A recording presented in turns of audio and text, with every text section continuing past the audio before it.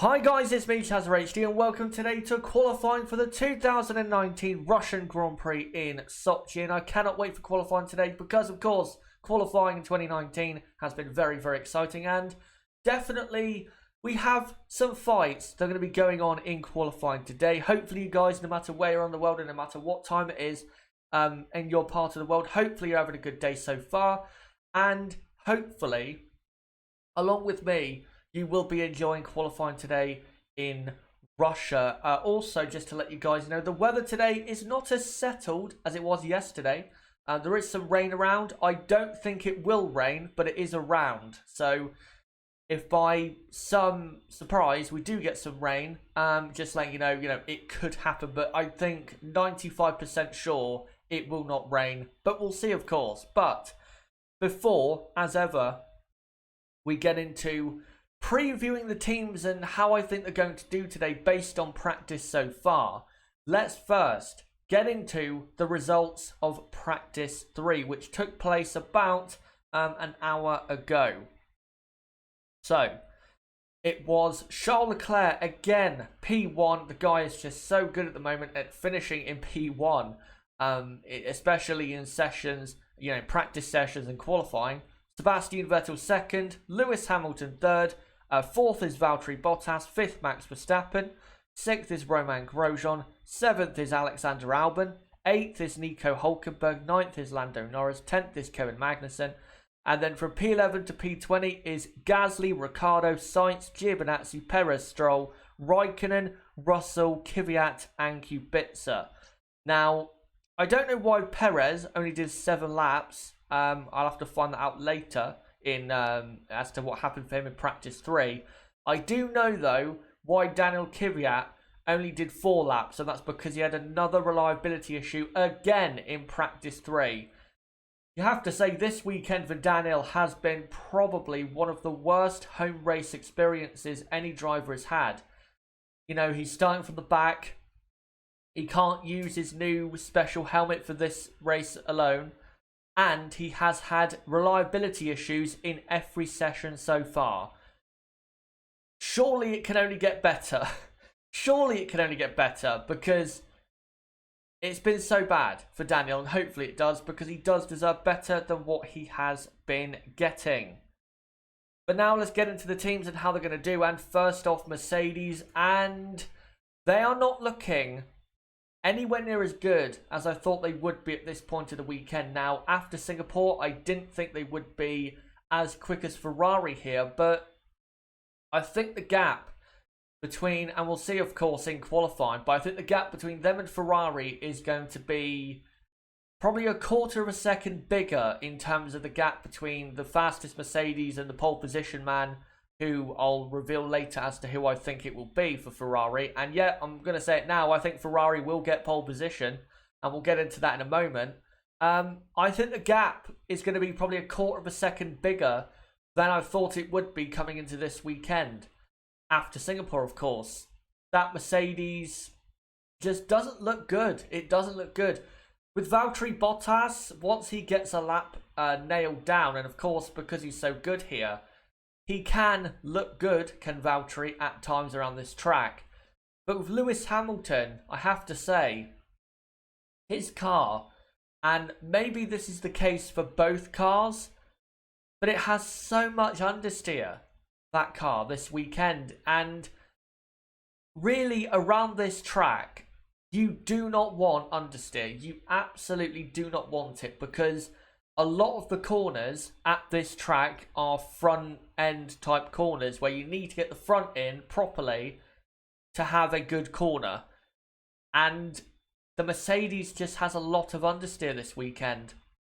I still think in the really slow corners, I think the Mercedes is probably faster than the Ferrari, but in the medium and high speed corners, that Mercedes is just not doing it right now. It just isn't doing it right now, and I think they're going to really struggle to get on pole position. If they do, then it will be the biggest sandbag we've ever seen from any team, because I just don't see how they can get onto pole position. And of course, we'll see if they can later on. Next up is Ferrari. And yeah, I think Ferrari are going to get pole position. I think they are the clear favourites, not only for pole but a front row lockout. They have clearly the best all-around car at this track. And as long as they don't have a reliability issue or a driver doesn't crash, it's going to be a front row lockout, I think, for Ferrari. Their car in the first sector is way too quick for anyone else. And in the middle sector, it's way too quick. The only sector of the track where Ferrari are not quite doing that well is the final sector, where a lot of the slow corners are. Now, of course, with Ferrari's new upgrade, they have improved in certain corners, but in the slow corners, again, they're not as good as Mercedes or Red Bull. But the key thing is, they've closed the gap to those teams in those types of corners. So now, in medium speed corners, Ferrari and Mercedes are basically equal, if not Ferrari being slightly quicker. And in the high-speed corners, because Ferrari's car fundamentally is designed for high speed, the Ferrari car is clearly faster. So, really up until the final sector, Ferrari are going to be so far ahead of everyone else. And the only prayer for a Lewis Hamilton or Valtteri Bottas today is that they can stay within 0.3 of a second after the first two sectors, but that is going to be really tough for them to be able to do that, because that Ferrari is so quick in the first two sectors of the track, and they're going to get pole. It's as simple as that. They are going to get pole position. They're just way too quick. And if you're a Ferrari fan, I know I've said in the past, don't expect much, but I think today you can absolutely expect a front row lockout for the Scuderia. And of course, the final top team is Red Bull. Now, Max Verstappen actually in practice 3 didn't look that great compared to practice 1 and practice 2. I know he did, I think, hit the barriers slightly at the end of practice 3, and that caused him not to be able to really do a soft tyre run in practice 3. But I don't think the pace of the car is quite as good as it was on Friday, mostly because I think Ferrari and Mercedes have started to turn up their power units. I think that's mostly the reason why. So Red Bull, of course, with their 5-place penalties, they're not going to be able to start near the front 2 rows of the grid, realistically. So yeah, Max Verstappen, I think, will qualify probably in P5 today.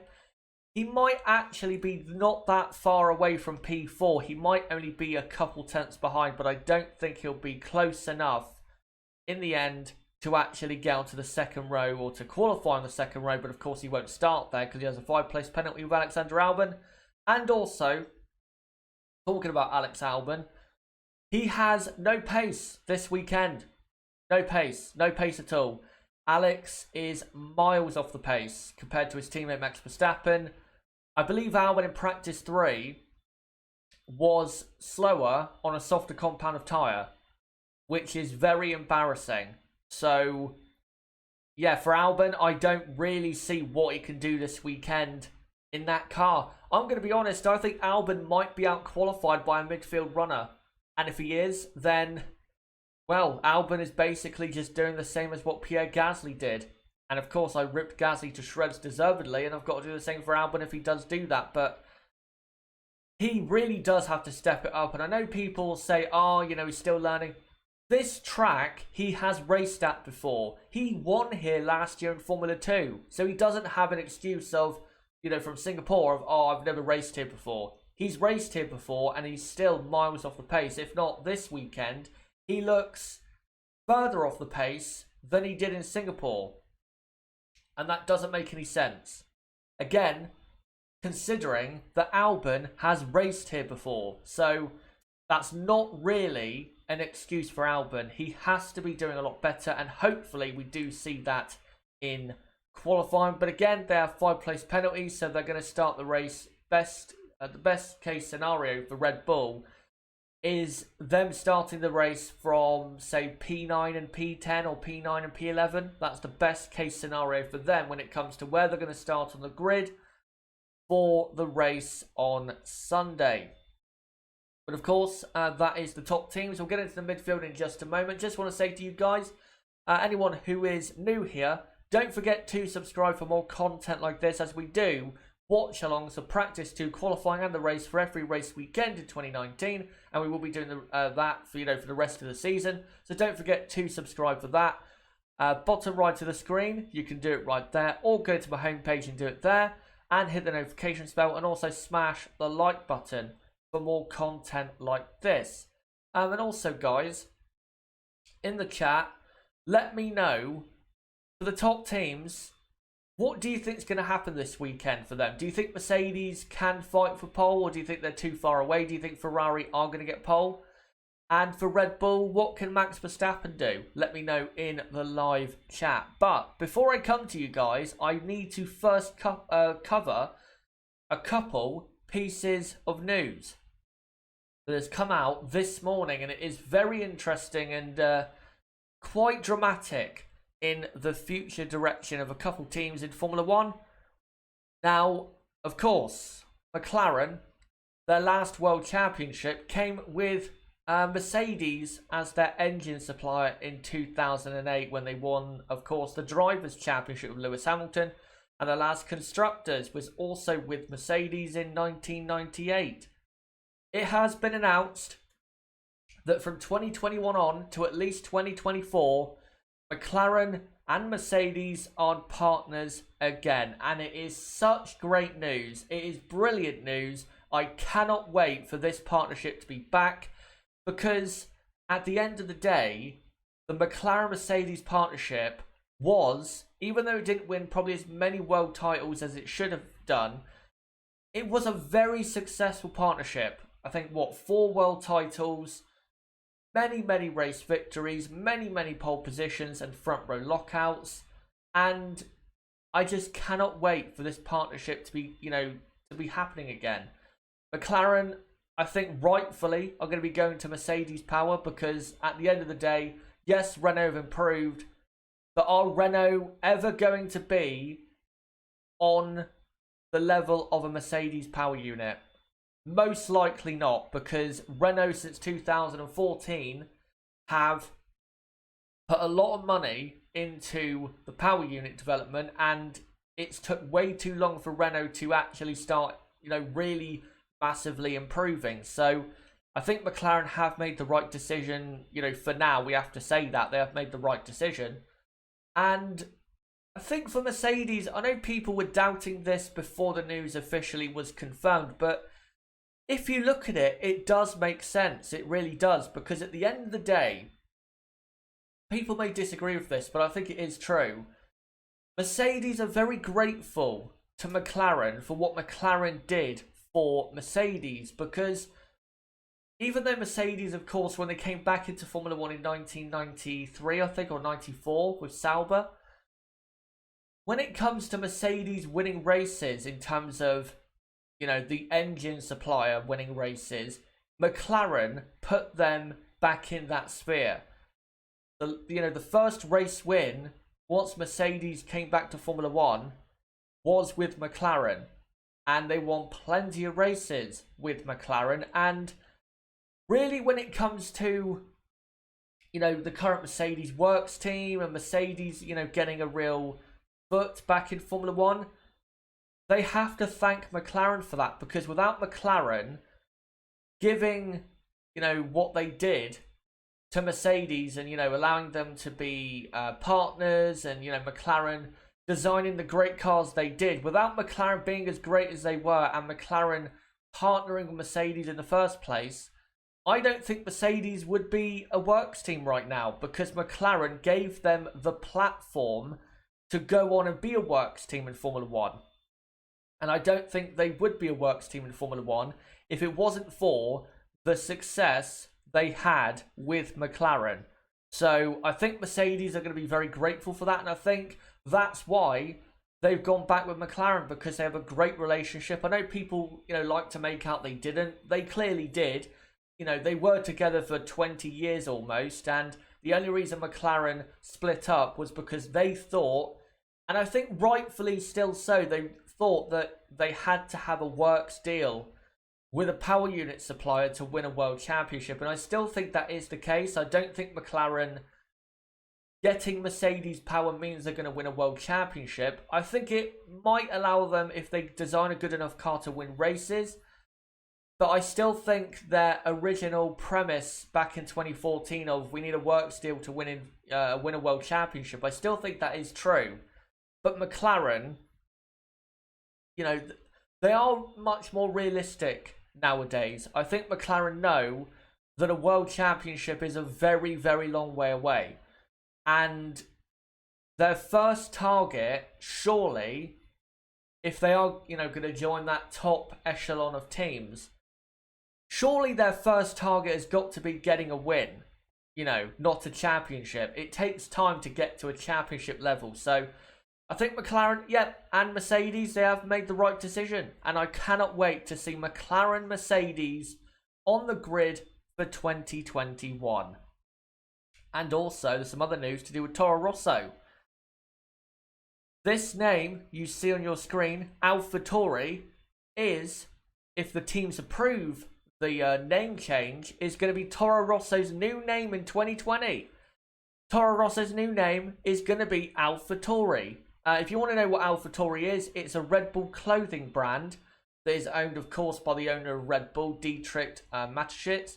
And they, of course, want to promote that brand.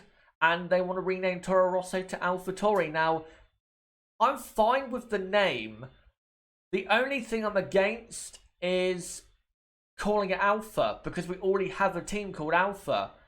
And every time, we, in 2020, for example, every time we're going to talk about Alfa Romeo and then AlphaTauri, we're going to have to make sure we say the full name of each team, so we don't confuse it. And it will be confusing, I think, have one team's first name be Alpha and another be Alpha. Of course, they are spelt differently, but they are, said the same. So, yeah, they're actually, they're said the same. So, it's, from that standpoint, it's not a great thing, but I don't really have a problem with the name. It's just, it will clash with Alfa Romeo. So, that is going to be a problem. And hopefully, maybe they can come to a slightly different name. I don't know, to go for 2020. But yeah, the name itself, I've got no problem with. I just hope that they don't clash with Alfa Romeo. But back to this picture of the McLaren Mercedes of 2008. Guys, quickly, let me know what you think about that news. And let's see what you guys are saying.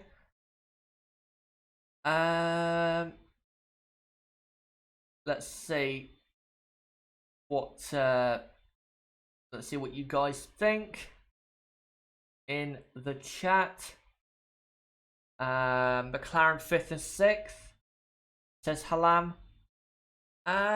This weekend, possible in terms of where they're going to start from.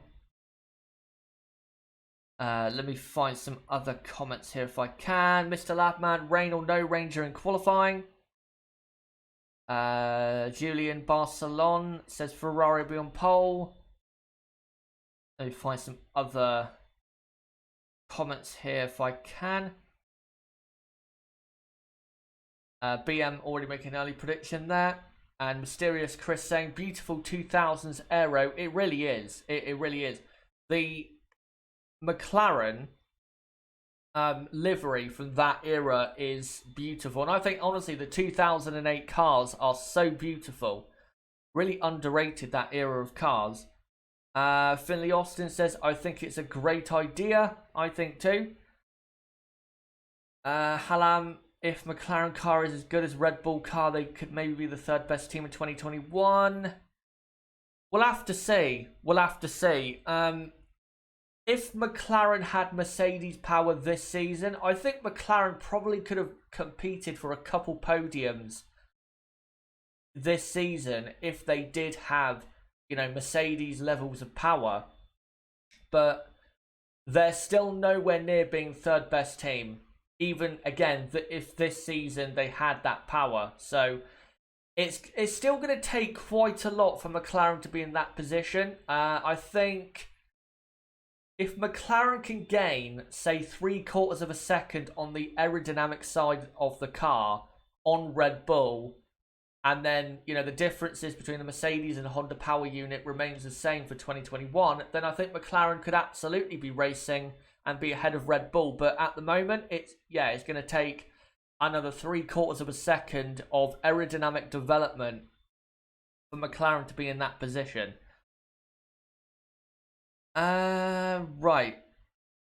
Let me now find one final comment, and then we'll get on to the midfield. And Count Blah says, sign me up as a McLaren fan in 2021.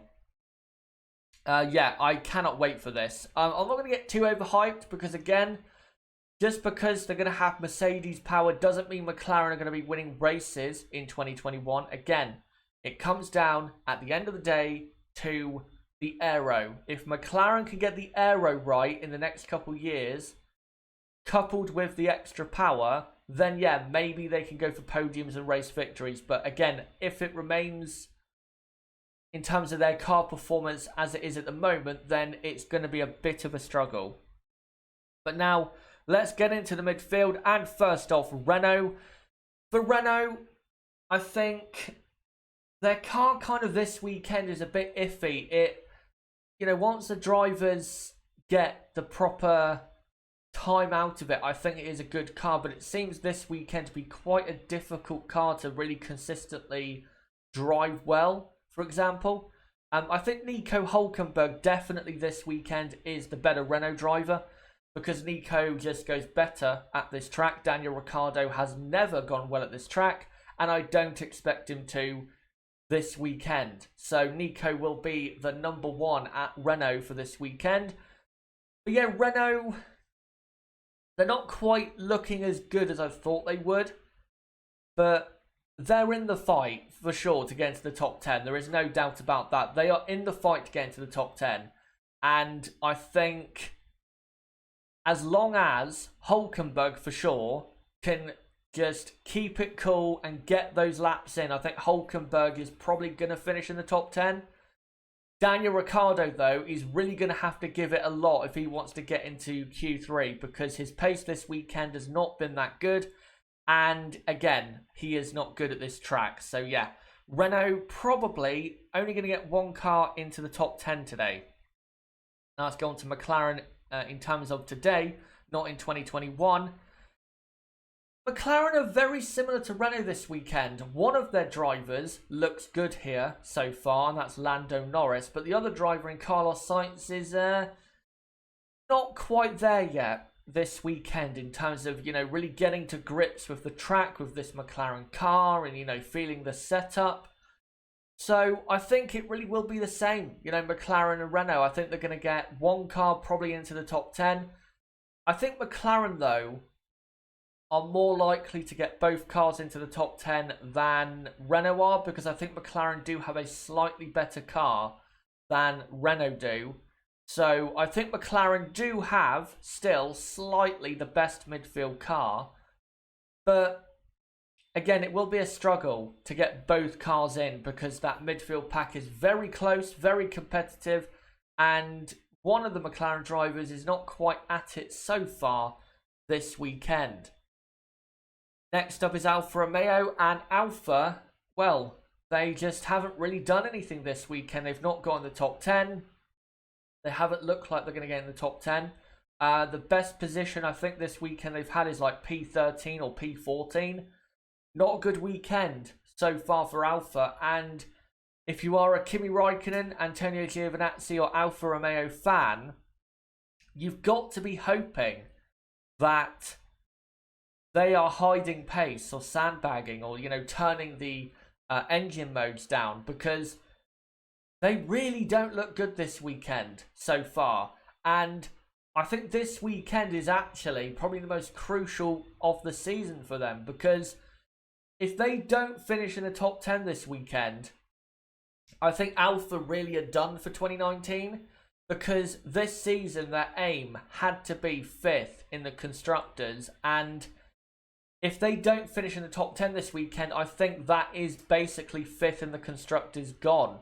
So hopefully Alfa are hiding pace, because I want to see Alfa compete for P5 in the Constructors, because most of the time in 2019, they've actually had a car good enough for that position, but the results have not quite come together how they should have done in 2019. So hopefully they can show proper pace, and hopefully they can get maybe a car right on the edges of the top 10. Maybe, who knows, they'll get in the top 10 itself. Next up is Haas F1. Haas don't look too bad. They don't look too bad. Romain Grosjean was very quick this morning in practice 3, and Romain has actually been very quick this weekend.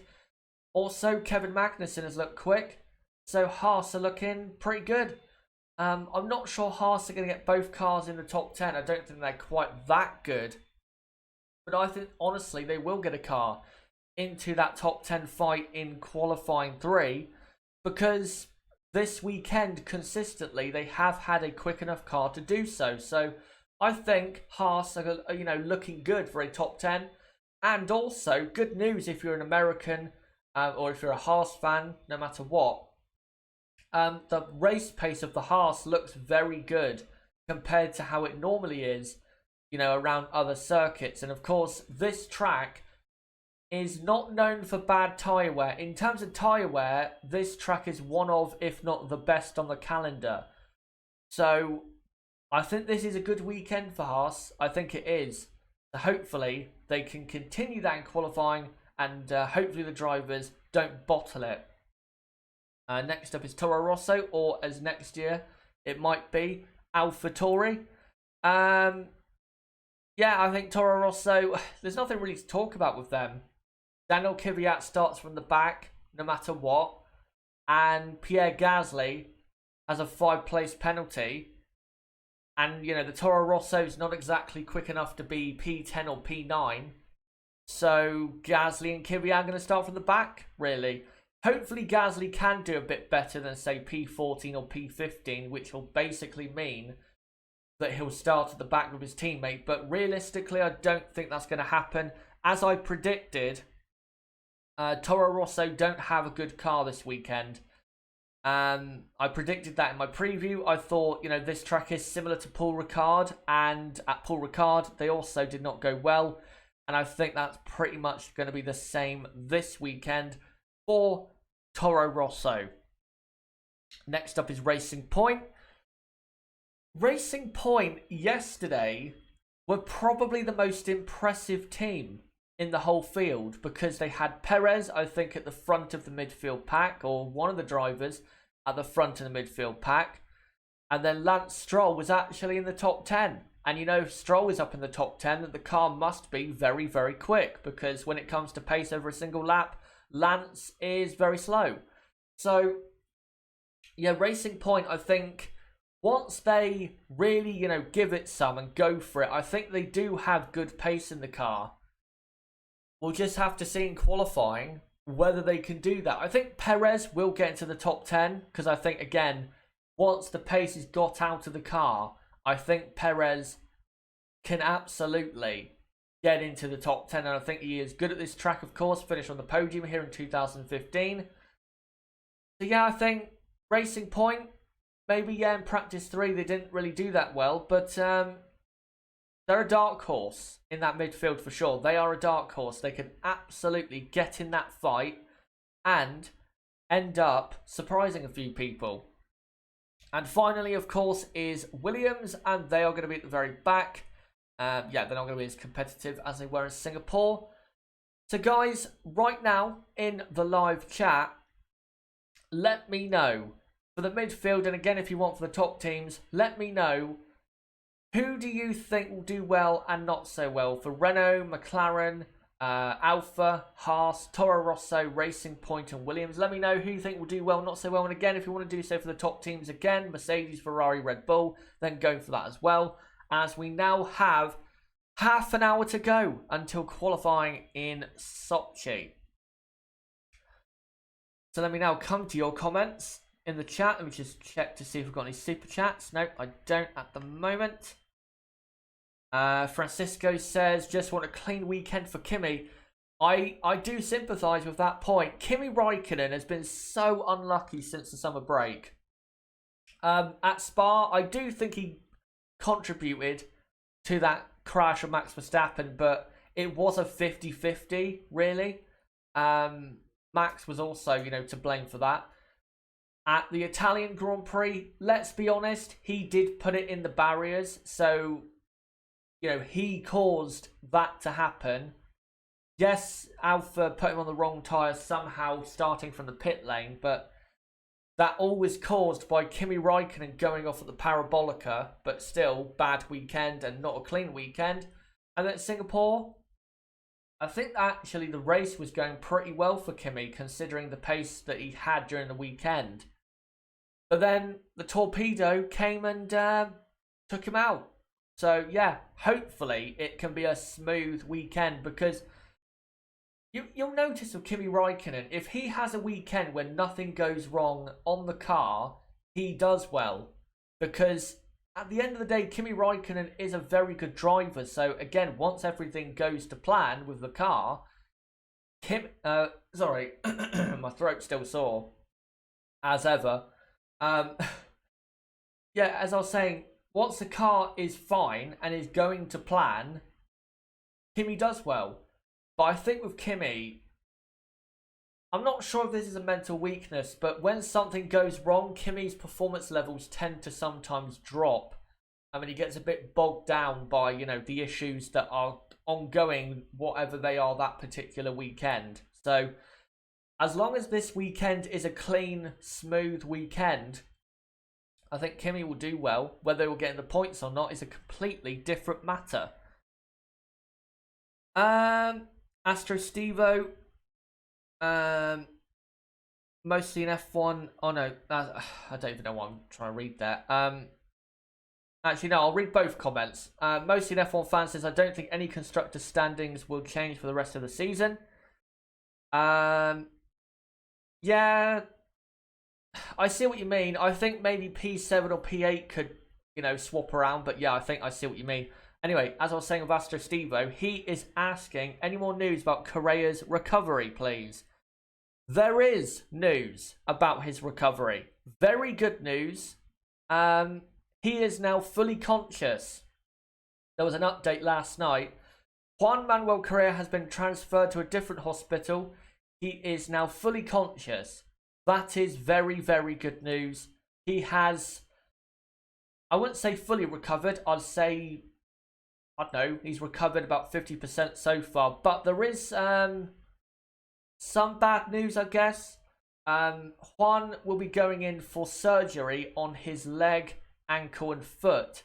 And the surgeons, doctors, whatever you want to call them, are going to try and repair his, according to the statement, severely damaged leg. Now, apparently, Juan Manuel Correa rejected a initial amputation, to try and save his leg and see if they can make repairs to it. But it is going to be a tricky situation when it comes to his leg. So I will keep you guys updated. Don't worry. If there is any more news, I will keep you guys updated. But the good news, he's fully conscious. The only, I guess, bad news is that he might have to lose his leg. I'm not sure what leg that is. I can't exactly remember. But he might be losing his leg because of how severe the injuries to his leg are. But again, he'll have surgery on it. And hopefully for him, God willing, they can repair it and he doesn't have to have an amputation. So, yeah, hopefully that, hopefully it all goes well. Hopefully he doesn't have to have an amputation. Right, let me look at some other comments here. Let me just see if I can find some other comments from you guys about the midfield. Halam saying Alphas have been so up and down this season. They have. Not as much as Renault. I think Renault have been the most up and down. And it's got to the point with Renault where you can't expect what they're going to do. I mean, they might turn up and dominate the midfield, or they might be, mired near the back of it. We don't know with Renault. With Alpha, I think with Alpha, again, most of 2019, they've had good pace. The problem has been is that they cannot convert the results of qualifying to the race. Basically like Renault, but Alpha have been, more so poor when it comes to that area. And that's why Alpha are P8 in the Constructors. And I have to say, again, Alpha should be a lot higher than 8th. A lot higher. Alpha have probably, over the course of 2019, I'd have to say, that Alfa Romeo have probably had, at worst, the 6th best car, if not the 5th best. And I can't believe that they're still 8th in the Constructors. It is a real shame, honestly. Right, let's find some other comments. Astro Stevo. Will Alphas do better in race than qualifying? Hopefully, I expect Kimi will. Well, they always tend to in terms of the speed of the car. They always tend to be better in the race than they do in qualifying. So as long as they can be around P10, then I think that sets them up for a good race. But if they end up back in 13th, 14th place, then I don't really see how they can come back from that. Because the Alpha is good when it comes to race pace, but it's not that good. It does need to start kind of in there to be, further up later on. Spider Monkey, what is your thoughts about the new Toro Rosso name? Again, I don't mind the name. It's the only problem is that it will clash with Alfa Romeo unless we start calling Alfa Sauber, because let's be honest, Alfa Romeo are basically Sauber still with more money and with a different name and brand. So if they are going to that name, Toro Rosso, then I think next season I'm probably just going to call Alfa Romeo Sauber, because it'll be confusing if I say Alfa, for Alfa Romeo, and people think, oh, do you mean Toro Rosso? So that's the only thing I don't like, is that it will clash. But if it didn't clash, the name itself, I have no problem with. I mean, there's been names in the past you've looked at and thought, not sure about that. I mean, look at, the Toro Rosso name isn't great. I mean, the best name from that team is Minardi, and I would much rather see that team become Minardi again. But, there's been plenty of names in the past where you thought, not sure about that. Force India wasn't exactly a great name when it first came out, but we got used to it. So, yeah, I think the name, it is fine. I'm just disappointed that it will clash with the Alfa Romeo name.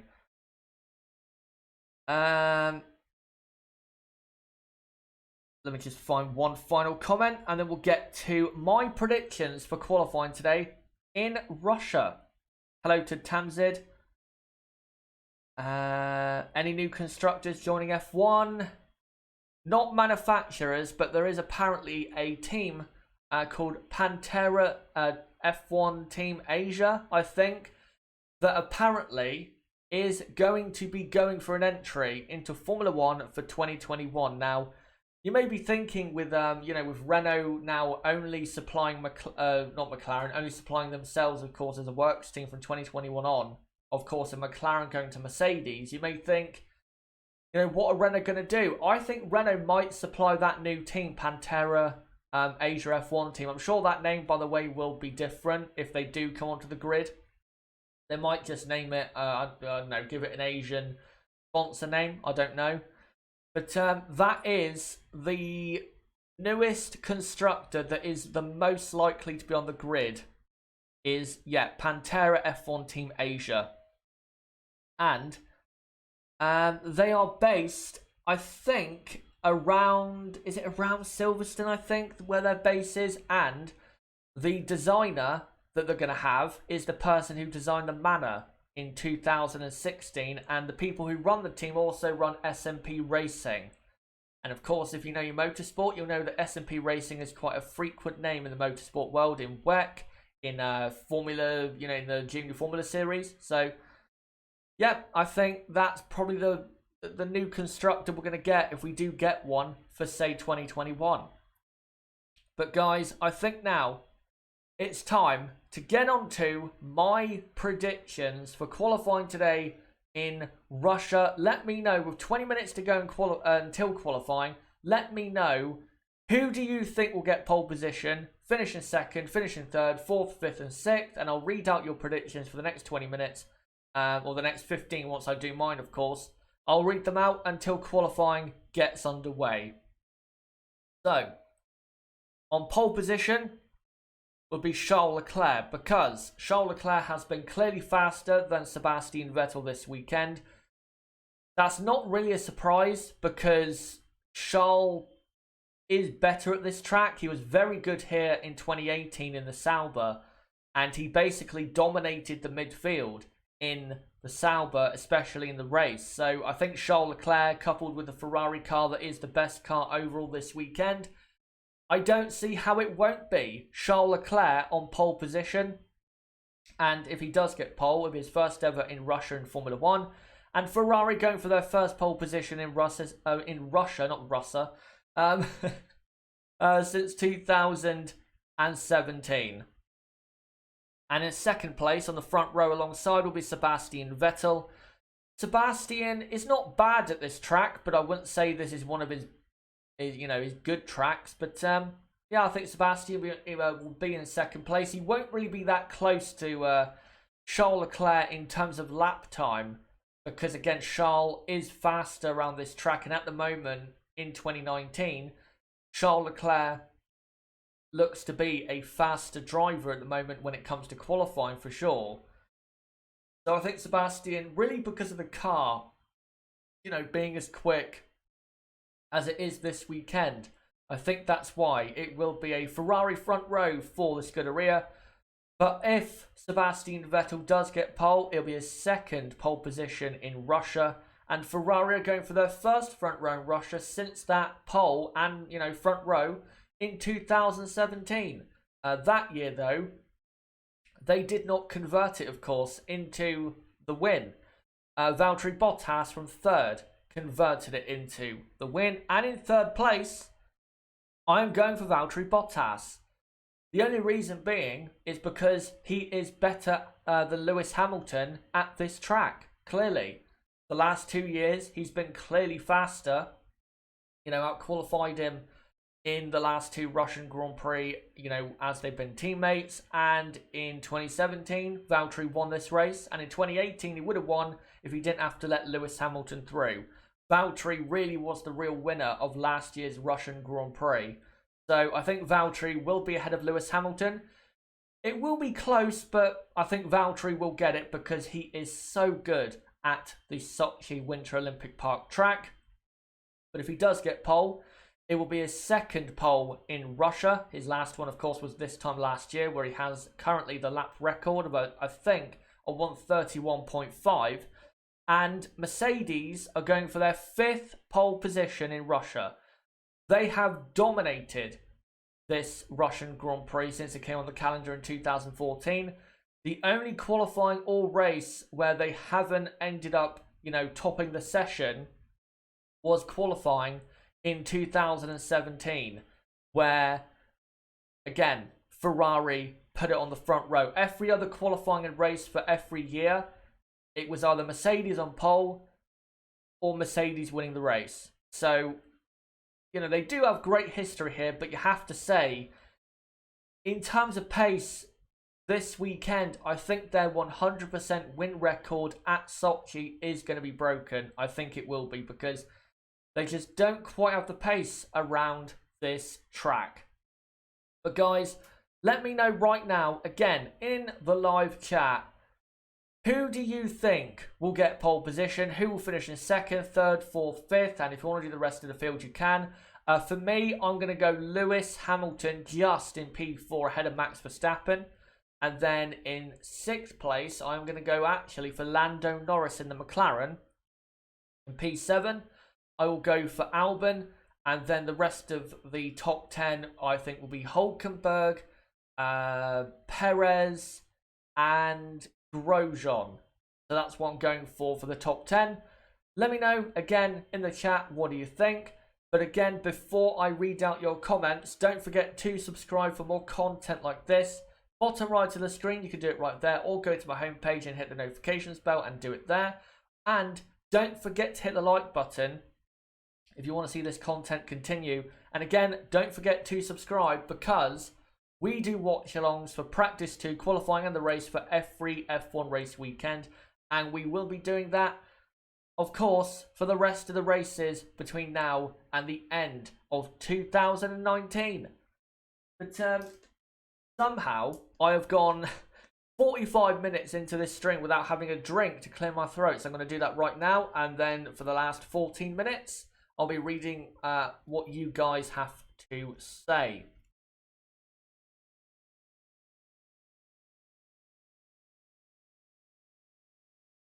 Right, so, and also, let's cut onto this picture of Valtteri Bottas. By the way, in case people were not around for yesterday's Practice 2 stream, I said in that stream, and I'll say it again, the delay that I've had for the last few races when it comes to my feed in terms of what I'm seeing compared to you guys, and I know some of you said, oh, you know, you're a minute behind and stuff like that.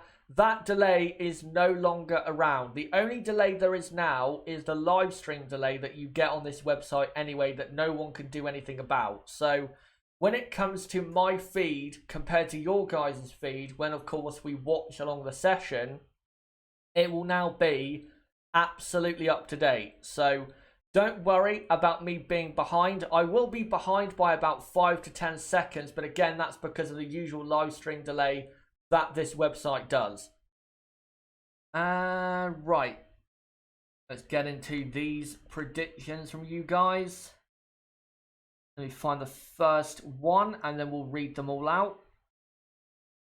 And the first one is from BM, who says Leclerc to get pole, Hamilton second, and Vettel third. Francisco says Leclerc pole, of course. Orest says Leclerc, Hamilton, Seb. Astro Stevo says Hamilton for pole, Leclerc second, Bottas third, and then Vettel fourth, Hulkenberg in fifth. That's a surprise. Maybe that's what your starting grid's going to be. I'm not sure if you think that's qualifying, but there you go. Mr. Labman says Max on pole, Hamilton second, Bottas third. I can tell you now, Mr. Labman, that will not happen.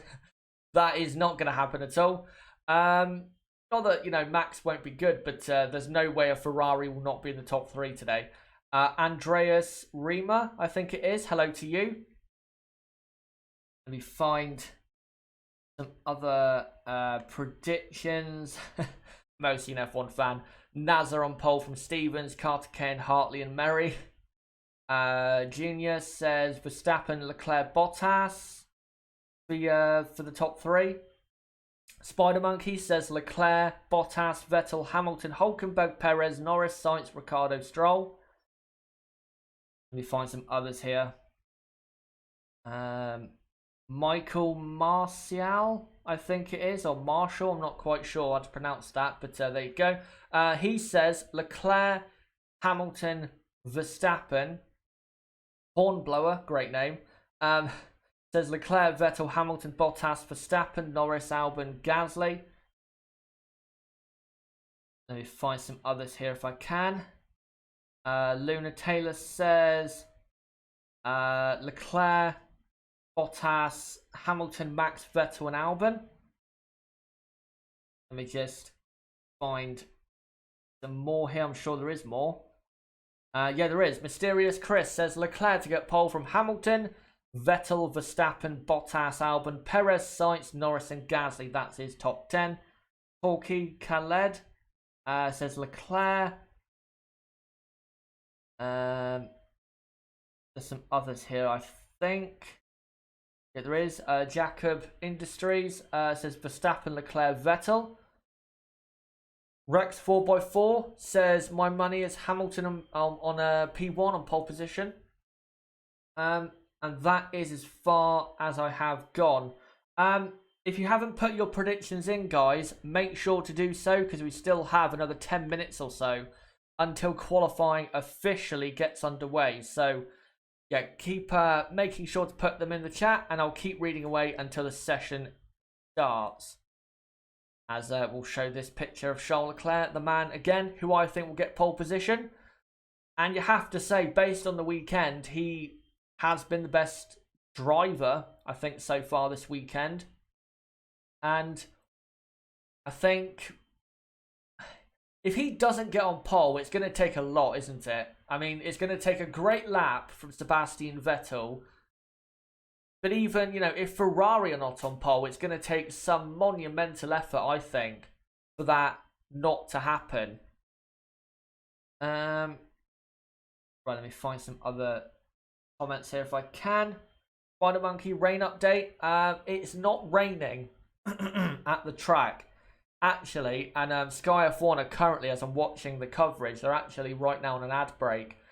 The last time that they were, you know, live, I think they were showing, they were in the paddock and it was sunny, I believe. So I don't think we are going to have any rain. I think the sun has now come out, so I think it'll be fine. I think they'll have a dry session, and it can rain around here. We have had rain, but it is very rare for the, you know, for the Formula One that we have rain at this track, because normally it is not hot, but it's you know, nice and warm with a bit of sun. As yeah, they're showing the track now, and it's basically clear skies everywhere. So yeah, it is gonna be, I think, a fully dry qualifying. Let me find some other predictions here if I can. Neil Payne says Hamilton should ace it. Leclerc could have either accident or mechanical issue. Same applies to everyone, actually. Let me see if I've missed any from you guys. I don't think I have. But again, if you haven't put your predictions in, make sure to do so. And there you go, there's a couple more. Gina says Bottas, Leclerc, Vettel, Hamilton. Valtteri Bottas is very good at this track, but again, that car he's driving just isn't quite there, is it, this weekend?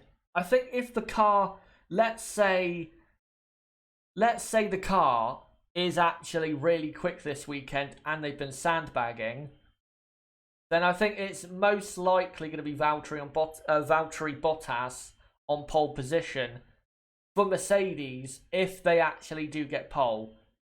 Lewis just isn't as quick as Valtteri at this track. It's pretty simple. Paul says Hamilton, Bottas front row. Timothy says Verstappen, Vettel, Bottas, Hamilton. Mostly an F1 fan, will you do a watch along for Japan given that's really early? Yeah, I will. I'm not going to not do it because it's, you know, 6 in the morning. If there was an F1 race at 2 a.m, I'd be doing a watch along. No doubt about it. The time doesn't matter to me. No matter what time it is, I will be there doing the stream. And anyway, I'm more of a night person. Let's just put it that way.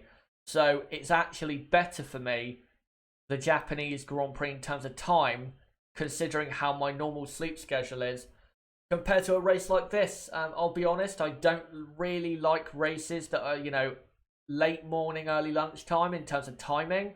I prefer races that are later on in the day or very early in the morning, because I tend to wake up late and stay up late, and that's basically how all YouTubers are. So yeah, I'll be fine for Suzuka. I'll probably be better for Suzuka than I will be for this race in Russia. Let me look at some other predictions here if I can, and also I'll quickly move on to a different picture. There you go, a nice rear end shot of the Red Bull. Who doesn't like that? Carl saying no need for chit chat, it's a Ferrari 1-2. I think, to be honest, and I was thinking this coming into this stream, that when it comes to the fight for pole, it's not going to be as exciting as it was in the last 2 races. I think it's really going to be a one-way street, to be honest. So yeah, it's not going to be, you know, like Singapore, where any of the top 5 could have got pole position. I just saw a comment actually from Mysterious Chris who asks, personally, who do you support for 2019? Again, and I've said this plenty of times, and there's no problem with you asking. Of course, you're curious. I don't support anyone. I have drivers and teams that I like, but I don't support anyone on the grid. As long as we get a great Grand Prix, like we've had in the last 4 or 5 races, I don't care who wins. Even though I've criticised him so much, if Lance Stroll or Pierre Gasly wins, and it's a great race, I don't care. Yeah, I'll criticise them if I, don't think they've done well enough or, stuff like that. But as long as we get a great race, I don't care who wins the race. I don't care if there's only, 2 cars finishing the race. As long as we get a great race, that's all that matters. Is the F1 intro on my TV is now playing. Yeah, a couple of people saying that they're a night person. Again, if you're a YouTuber, that's basically the case. But now with 4 minutes to go until qualifying, I think now it's time to let you guys know what I do for watch-alongs on this channel in terms of the format. So of course I cannot show live footage because that would be breaking copyright law, obviously. So to not get the channel took down in 2 milliseconds, what I do is show pictures, and I'll have a slideshow of pictures playing during the stream. For this stream, I'm going to have 1 picture every 2 minutes. So there'll be plenty of pictures for you guys to look at. And yeah, that'll be playing during the stream. I'll have a running order running along the bottom of the screen. I'll update it as many times as I can. I'll update it probably twice every qualifying session. So, twice during Q1, twice during Q2, and twice during Q3. Because that's the most times I can do it within a session without it, massively changing around. And so yeah, I'll have that.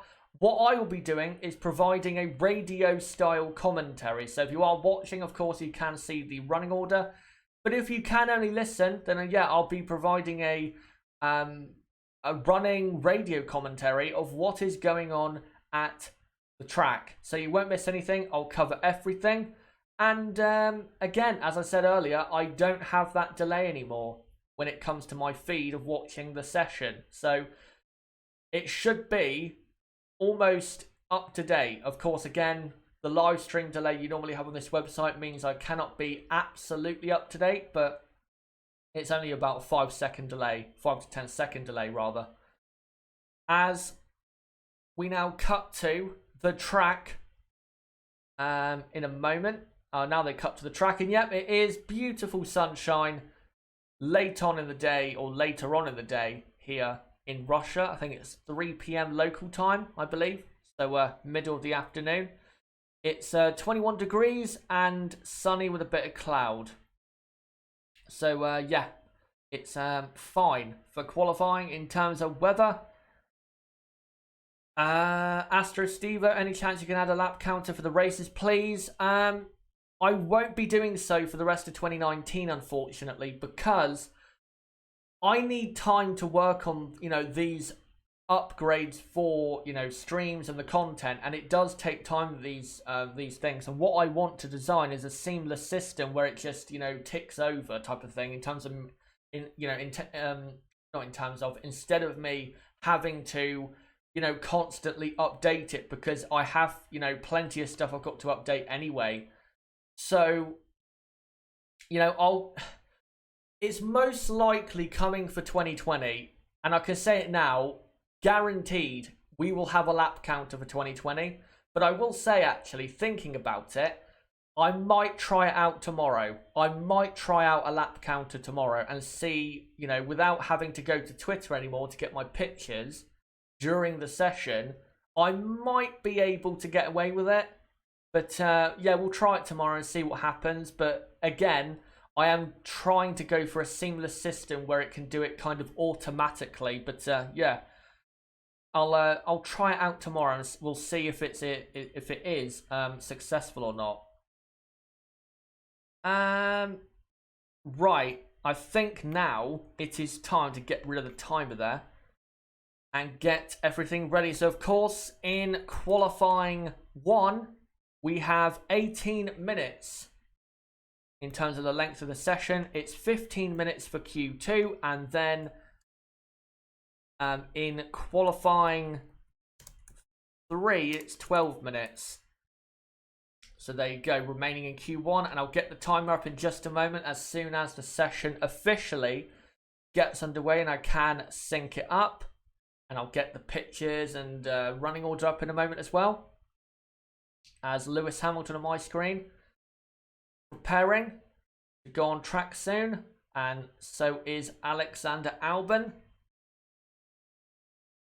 And yeah, they're just preparing the Red Bull to get out on track, and qualifying gets underway in 5 seconds time.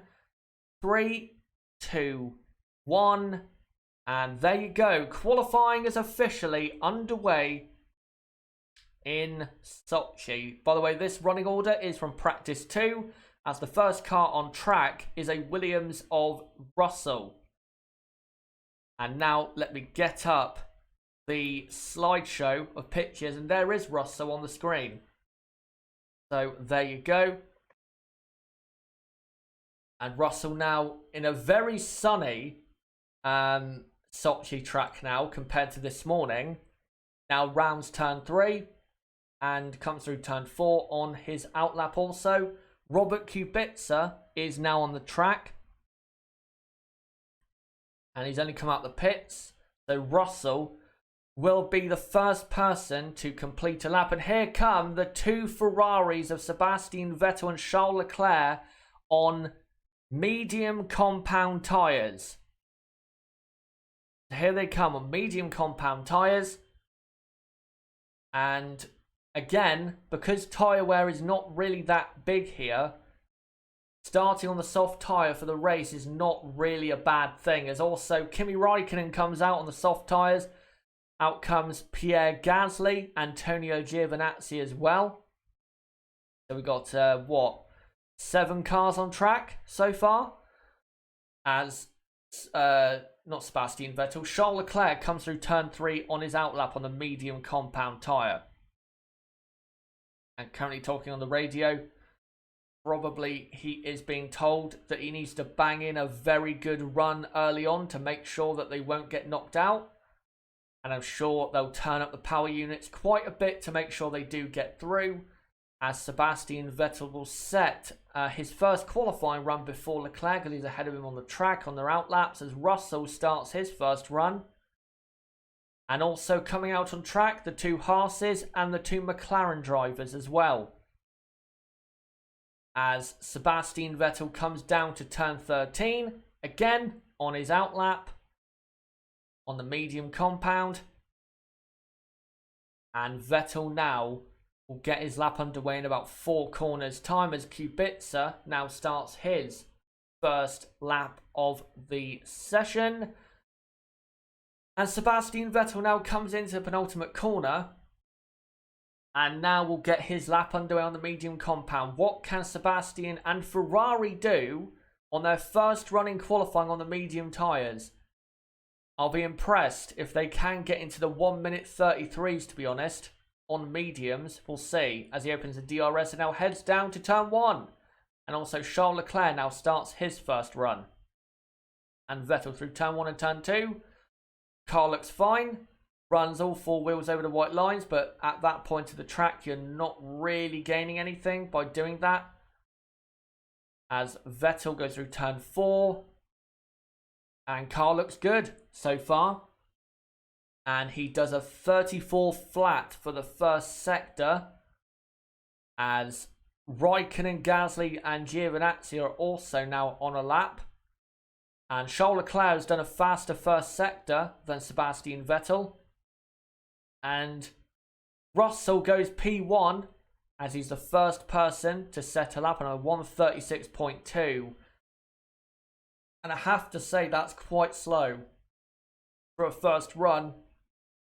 As here comes Sebastian Vettel down to the second sector. And of course he is up on Russell. Oh, he almost went in the wall. He almost went in the wall there. Went through turn 13. Got his rear a bit messy on the exit. And he almost went into the wall. Very good save by Sebastian Vettel as Charles Leclerc now comes through, as he's still on a lap, is Charles Leclerc, through that chicane. And he now comes into penultimate corner and now into the final corner, and Charles Leclerc will go P1 by quite a big margin. And yeah, 133.6. That's a very, very good first run in qualifying on the harder compound, as Kimi Raikkonen goes up to P2. And replay of Vettel. He was very lucky on the exit of turn 13 to not go in the wall, because that could have been an absolute disaster. And that turn 13 always proves difficult for the drivers, as Sergio Perez starts his first run in qualifying on the soft compound tyres. Also on a run at the moment is Grosjean, Norris, Magnussen, Perez, Stroll, and Bottas and Albon are currently on an outlap, as Perez really giving it some. As at the moment, it's Leclerc from Carlos Sainz in P2, and then Raikkonen, Giovinazzi, Gasly, Russell, Kubica, Vettel. Norris is P3 now. Grosjean goes P4, as Perez is coming to the end of the middle sector. Let's see what he can do. And 8 tenths off, or 9 tenths off, sorry, after 2 sectors, as he now comes into turn 15 and 16. Very tough chicane to get correct, but he does. And this time should put him around his teammate Lance Stroll. Let's see, as Perez now comes through the final corner and comes to the line. And Perez, yeah, it does put him around his teammate, but he does go a couple tenths faster. Perez, for the moment, in P6. So there you go. Someone there just asking what tyres are Mercedes on. I don't know, but I will find out in a moment once they actually show them on the screen. As we're now seeing Alexander Albon on soft tyres, starting his first run of qualifying. Let's see what Albon can do. As, by the way, Kevin Magnussen has gone second on the soft compound, of course. Leclerc on the medium in P1. As here comes Albon to the end of the first sector. And Albon already half a second off. That is miles off already, as he now comes through. Turn 7. Oh, he goes massively wide, but I think he was okay with that. Sebastian Vettel is on another lap on the medium compound, as Albon continues round. Opens the DRS on the rundown, sorry, to turn 13, and passes a slow-moving Haas car there. And Albon is 8.5 tenths down for and there's a yellow flag around for some reason in sector 3. I don't know what that is for, but Albon has had to slow down. We haven't seen why. Oh, there you go. It's a Williams of Robert Kubica, who's gone off at turn 13. He hasn't hit the barriers. No, it's Russell. It's Russell. It is Russell, I think. Is it Russell? No, I think it's Kubica, because it's number 88, isn't it? Yeah, Robert Kubica. I knew it was Robert Kubica because it's number 88. Robert Kubica went off at turn 13.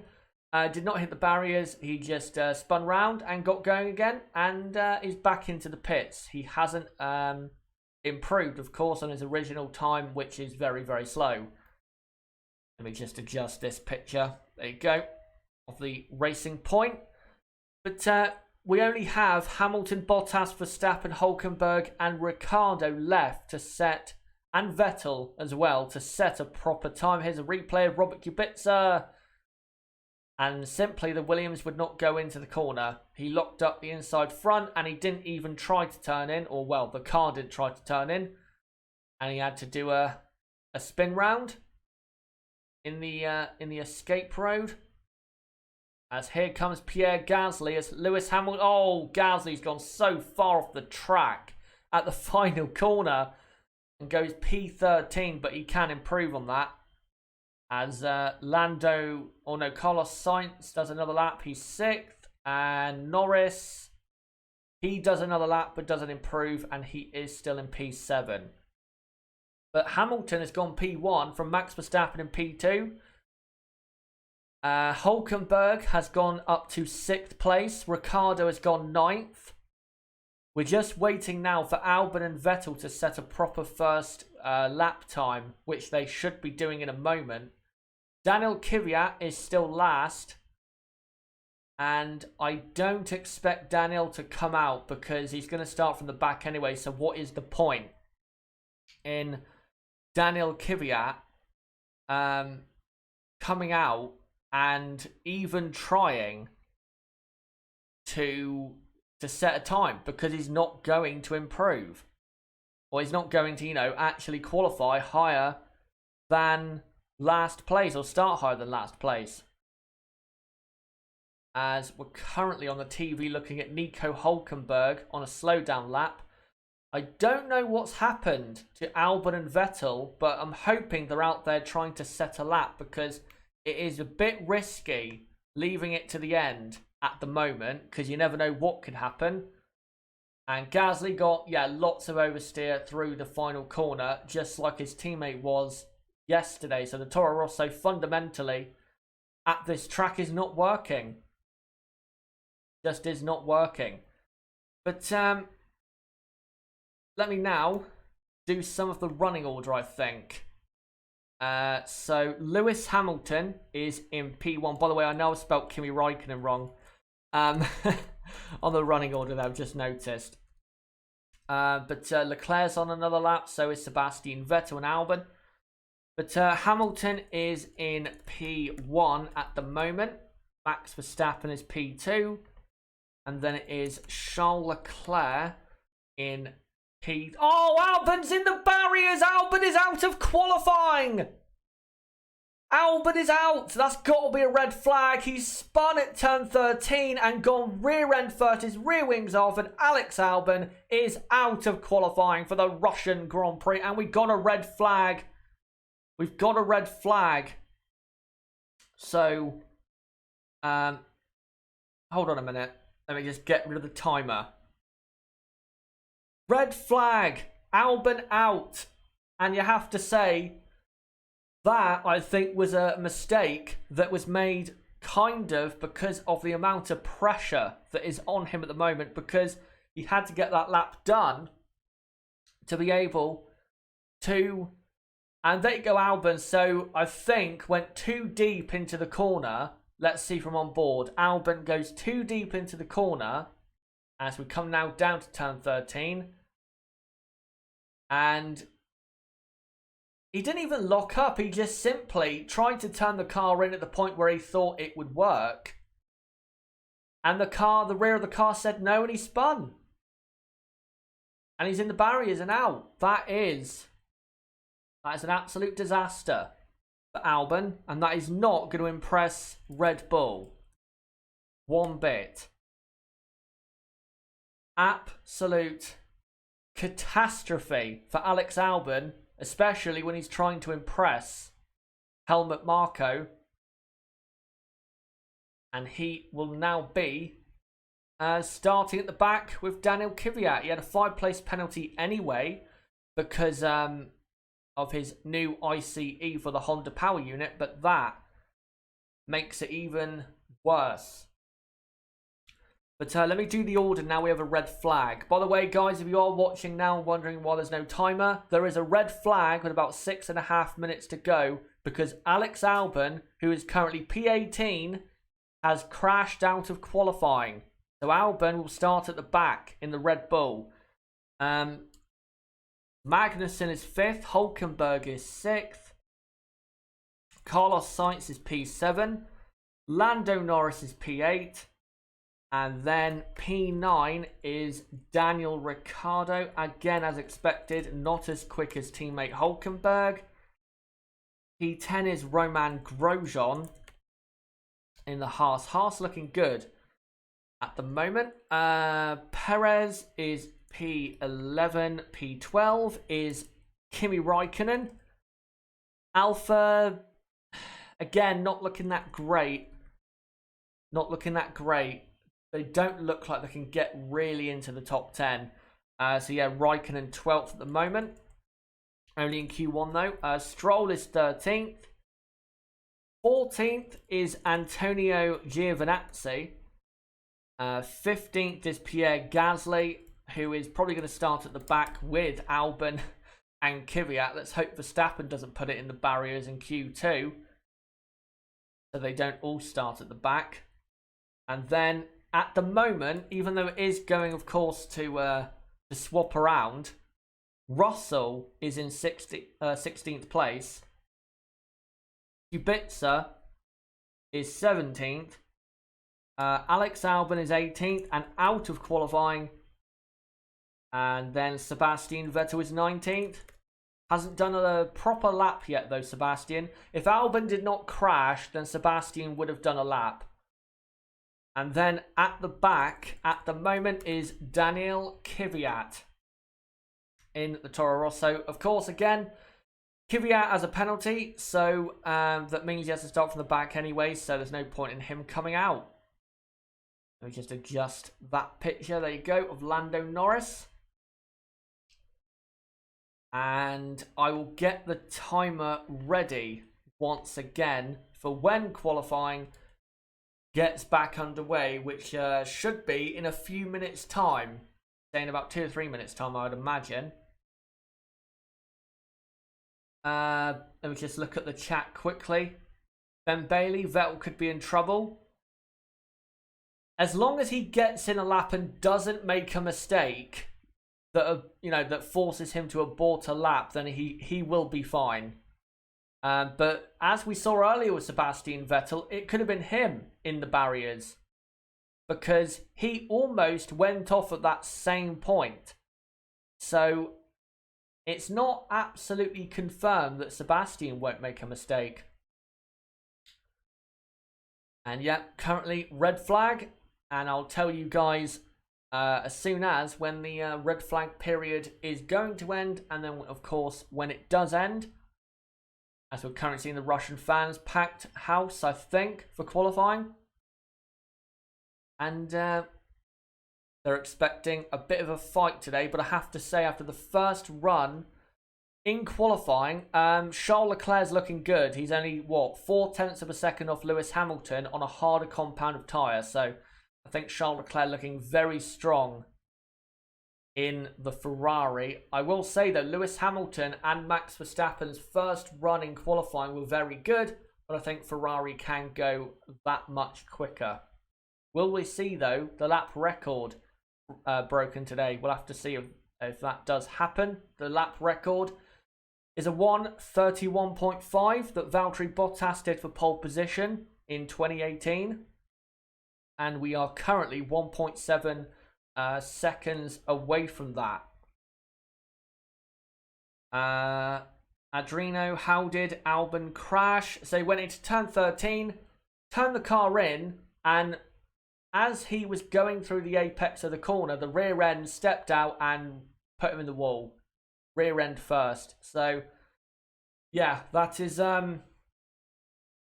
disappointing for Red Bull. For Albon, of course, it is disappointing, but, it's his fault. He put it in the barriers. He must now accept the criticism or blame that he's going to get for that. And it's not looking great for Red Bull also, is it, when it comes to choices for 2020? Gasly, of course, was dropped after not performing, and at the moment, Alex Albon is not performing. So, yeah, not looking great for Albon or for Red Bull. Let me just adjust that. There you go. As Albon now coming back to the pits. And the session will get underway in about a minute's time. So qualifying 1 will be underway again very soon. Let me just read out a couple more comments if I can. Faust saying Vettel should be fine as long as he doesn't make any mistakes on that crucial lap. Yeah, as long as, again, he doesn't make a mistake like Albon did, he'll be fine. Because if he put in a lap that was kind of meh, he's still going to be getting into the second part of qualifying.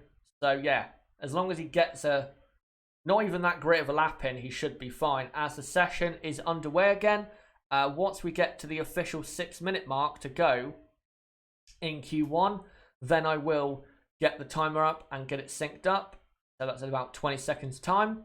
As Sebastian Vettel is the first on track, obviously, and he is on a soft compound tyre. The reason he's on that tyre is to make sure he gets through without a problem. And I will sync up the timer right now. So there you go, 6 minutes to go in qualifying 1. And the running order is, as you can see on the screen, if you're listening along, it's Hamilton at the moment, leading from Verstappen, Leclerc, Bottas, Magnussen, Hülkenberg, Sainz, Norris, Ricciardo, Grosjean, and then Perez, Raikkonen, Stroll, Giovinazzi, and Gasly. Currently in the drop zone, Russell, Kubica, Albon, Vettel, and Kvyat. But the great thing for the midfield is that, you know, Russell and Kubica, of course, are not going to get out of first qualifying. Albon is out, and so is Kvyat. So there's only going to be one spot for the midfield teams to be eliminated out of. So that is good news for teams like Alpha or even Racing Point that are struggling slightly at the moment in this qualifying session. As Sebastian Vettel is on his outlap and now coming to the final bit of his outlap on the soft tyre with 5 minutes to go.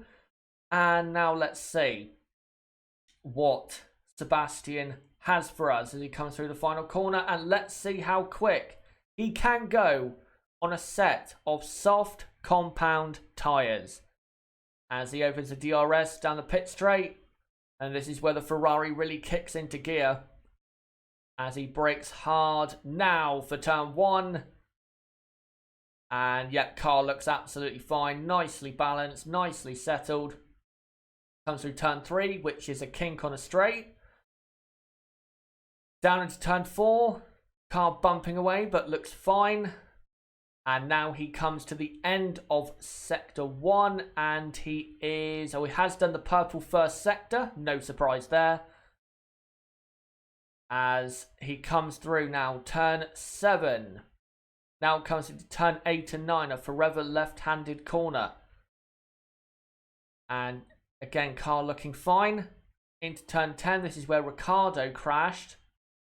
And now he opens the DRS going down to turn 13, where Alex Albon has just crashed. And Sebastian Vettel did almost crash earlier on in the session. What does Sebastian Vettel do? He is absolutely fine, doesn't take a risk. He does not do, though, a purple middle sector, as Vettel now through turn 15, turn 16. And now he will come into the final couple corners. And Sebastian Vettel will go, I think, P2.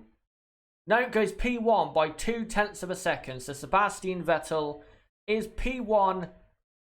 But again, only by 0.2 of a second. But of course, Charles Leclerc can go a lot faster than that, because Charles has been clearly faster than Sebastian this weekend.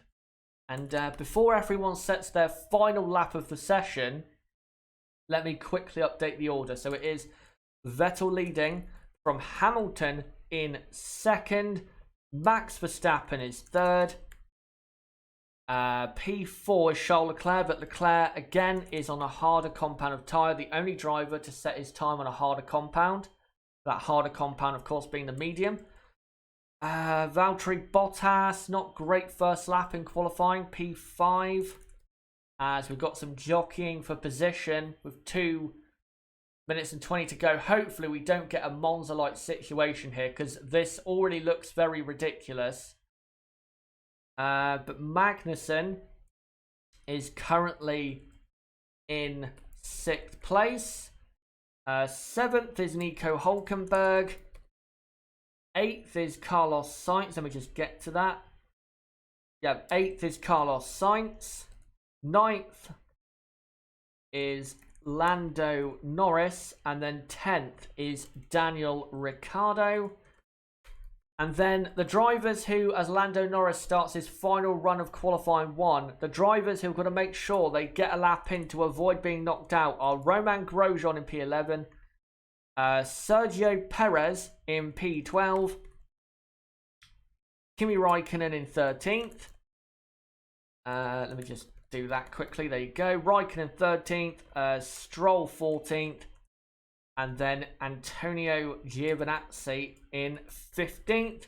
And then in 16th place at the moment is Pierre Gasly. And of course, because the two Williamses are not going to get through, and because Albon and Kvyat are out of qualifying, there's only one spot remaining to be eliminated into. As Romain Grosjean has done a very good first sector. He's only a 10th off Vettel in the first sector. But yeah, it's Gasly 16th and then Russell in 17th. As we've got now 40 seconds to go. Kubica 18th, and then it's Albon and Kvyat at the back. As here comes Norris down to turn 13. And looks fine. Let me just adjust that picture of Lewis Hamilton. There you go. And he comes now, Lando, through turn 15 and turn 16. Now through the final couple corners. And Lando, as the session comes to an end in 10 seconds time, Lando Norris goes P7 with that lap. Carlos Sainz, he goes P6 with that lap. Romain Grosjean goes P10, not great in the end. Magnussen now goes up to P6. Pierre Gasly goes P11. Here comes George Russell. He stays in 17th place.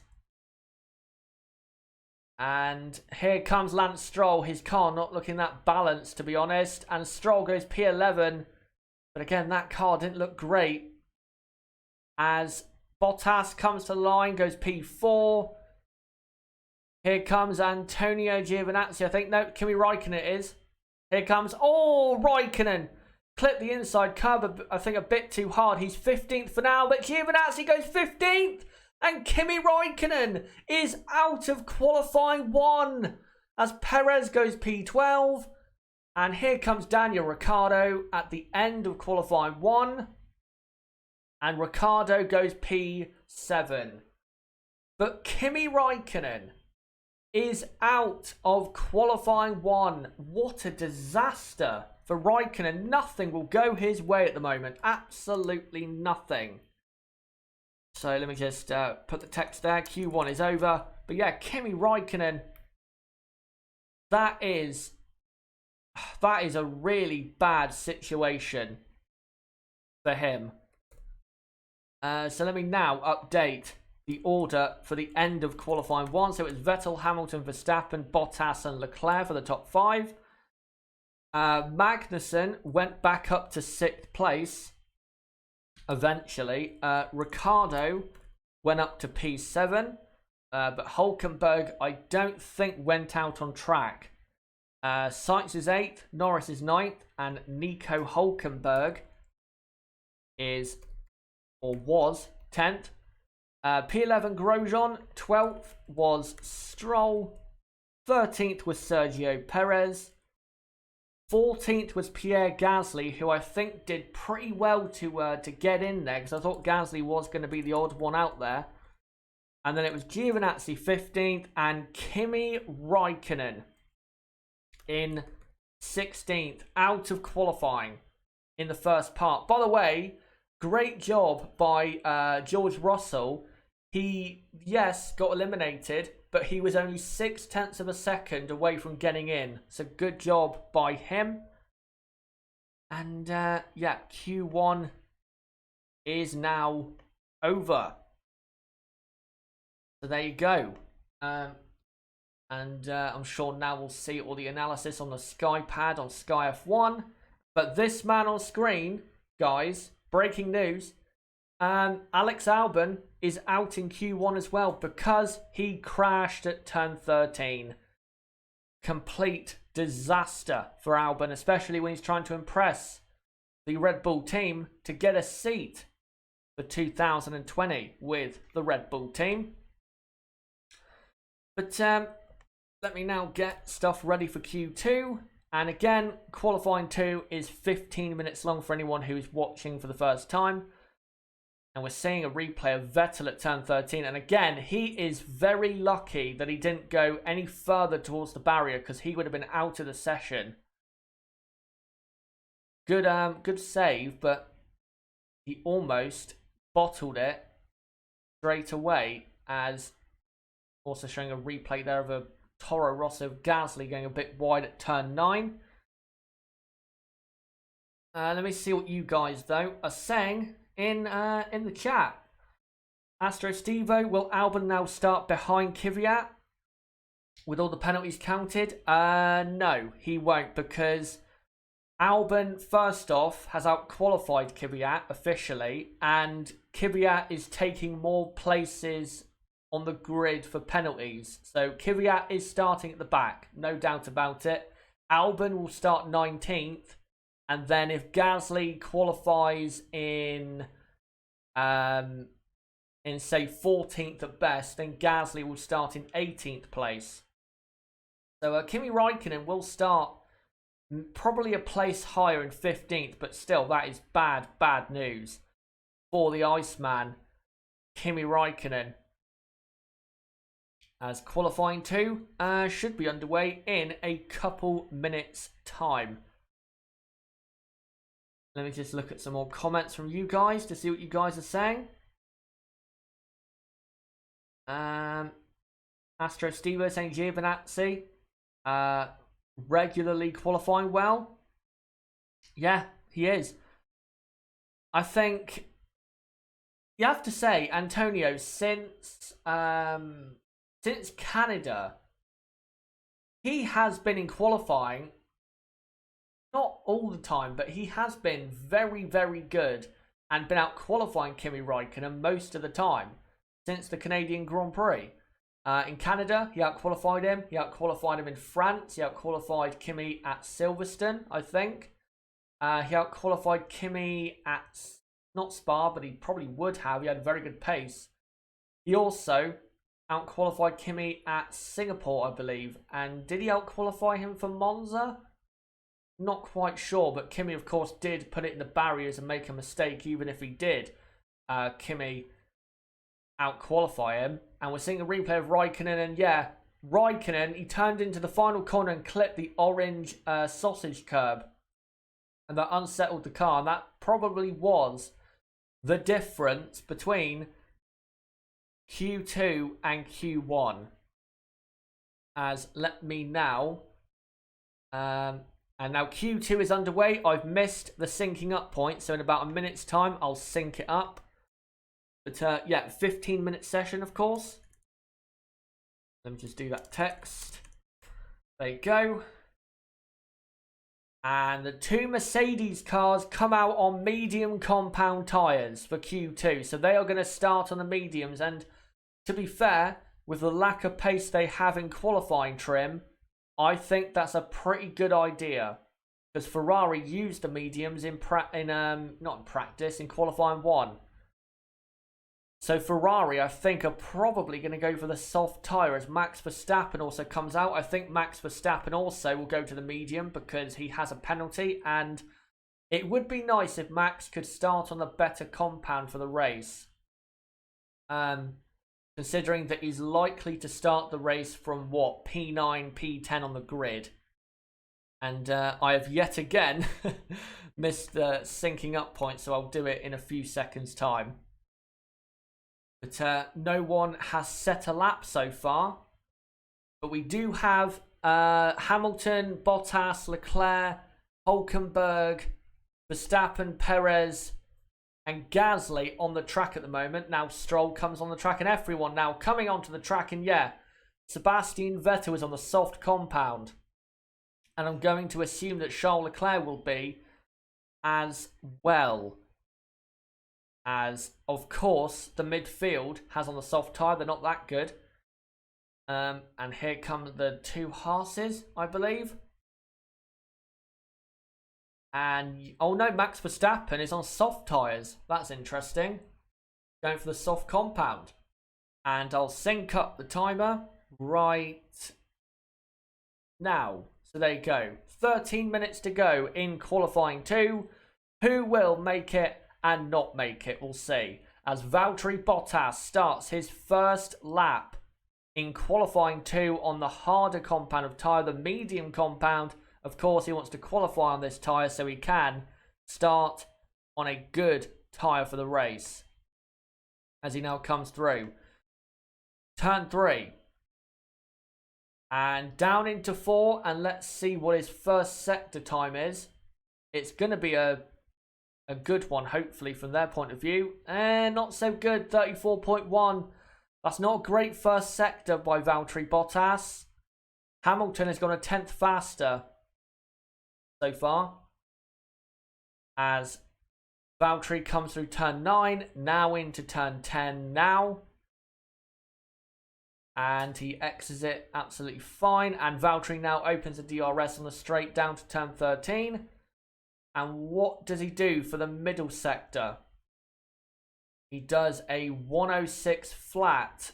Again, not quite what they were hoping for on this lap so far. Lewis is still up slightly on this lap. As Valtteri now passes a lot of slow cars on the inside. And Valtteri, we're going to come across a McLaren, but he gets out his way very nicely. Valtteri Bottas comes to the line and does a 33.2. That's all right. That's nothing special. Lewis Hamilton comes to the line, does a 33.1, again on medium tyres. As Max Verstappen comes through the final few corners, now into the penultimate corner. Again, Max on soft compound tyres. And I think Max will go P1. He comes to the line. And he does, but only by half a tenth. So Mercedes do have the pace. Mercedes do have the pace on Red Bull. Charles Leclerc, though, is miles up. Absolutely miles up on Verstappen on this lap so far. As Sergio Perez comes into the final corner and to the line, goes P4. Good lap. Charles Leclerc now comes into the final corner. And this is surely P1. And it is by 7, or no, not 7 tenths, by 6.5 tenths of a second. Nico Hülkenberg goes P6. Sebastian Vettel comes to the line and goes second, but he's almost, he is 6.5 tenths down on his teammate. That is way too far off. As Stroll comes to the line, goes P9. Gasly has gone P6 somehow. Here comes Sainz. He goes P9. That's not good. Ricciardo goes P11. That's even worse. Lando Norris comes to the line and goes P8. That's not too bad. Antonio Giovinazzi comes to the line and goes P13. That's horrible. Grosjean goes P11. Not good enough. Magnussen also goes P11. So that is the first runs of qualifying 2 over with. And let me now update the order. So, at the moment in P1, by 6.5 tenths of a second is Charles Leclerc. In second place is Sebastian Vettel. In third is Max Verstappen. Fourth is Lewis Hamilton. Fifth is Valtteri Bottas. And Mercedes, you know what? I think they could get onto the front row because Sebastian Vettel is not quick enough at the moment. I know it's only qualifying 2, but Sebastian this weekend has been quite a bit slower than Charles Leclerc, and that is not good enough. Gasly is currently in 6th place. If he can do that by the end of qualifying, he'll start the race from P11. Sergio Perez is P7. That's good. Norris is P8. That is good enough. Hülkenberg P9. Exactly what the doctor ordered. Carlos Sainz P10. I think Carlos could do slightly better because the end of his lap looked a bit scruffy. And then It is the two Haas's in 11th and 12th. And in the drop zone, needing to get out in that final run is Magnussen in P11. P12, Romain Grosjean. P13 is Lance Stroll. And P14, Daniel Ricciardo. And I know it's a bad track for him, but that is quite disappointing. And then yet 15th, Antonio Giovinazzi. And I think the Alphas, I've got to be honest, they're very slow. They are very slow. They don't look like they really have any grip this weekend. So there you go. That's the running order with 7.5 minutes to go in Q2. And the teams won't be coming out again for probably another 3 or 4 minutes, because obviously they want to do one final run, not another 2 runs.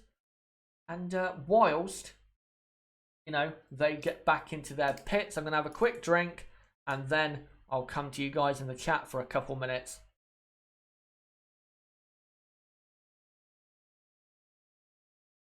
Right, so let's see what you guys are saying. Let me just see what you guys are talking about in the chat. RD says, used set of soft tyres for Vettel. That definitely is playing a factor, but not that big. I mean, if he was on a fresh set of tyres, I think he would be obviously faster, but he wouldn't be right there with Leclerc. He'd still be another 0.3 off, which is still not good enough. You know, if you're Sebastian Vettel, you can't be consistently during the weekend 3 or 4 tenths of a second off your teammate. Can't. As we're currently looking at Charles Leclerc in the Ferrari pits. So, yeah, Sebastian Vettel likely to go out again to qualify on a new set of soft compound tyres. Because why would you want to start the race on older soft tyres, especially considering the older soft tyre will not do well in the race compared to a set of mediums. And just notice that Vettel is 1/1000th of a second faster than Max Verstappen. So Max looking good in terms of speed. He won't be in the top 3, I don't think, at the end of qualifying, but he's doing the best he can. Sean O'Mahony says Leclerc in a league of his own. Sizzle says, why would Vettel use soft tyres for Q2? Because that is the tyre you start on. Well, there is still another run left, so there's no reason why he can't just do another run on a fresh set of tyres. But of course, I cannot listen to the session because I've got to have it turned down for a copyright reason. And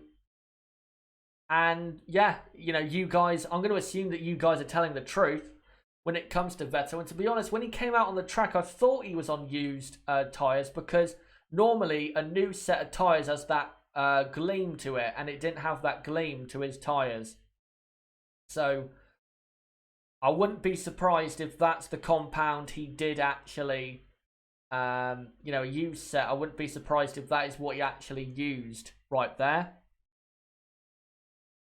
Job Uringa says, can Verstappen, or asks rather, can Verstappen choose his tyres? Yeah, he can. If he gets into the top 10, then he has to start on that compound, even with the penalty, as all the cars now come out on track with just under 4 minutes to go in qualifying 2. So yeah, Max has qualified 3rd so far on soft compound tyres. So if he gets through on that, which he will, then he will start the race on the soft compound, even if he starts the race from P10 or P11. He probably should have tried the medium, but I don't think the Red Bull is quite that quick. And I think that's why he is on the soft compound. As Sebastian Vettel is back out on track.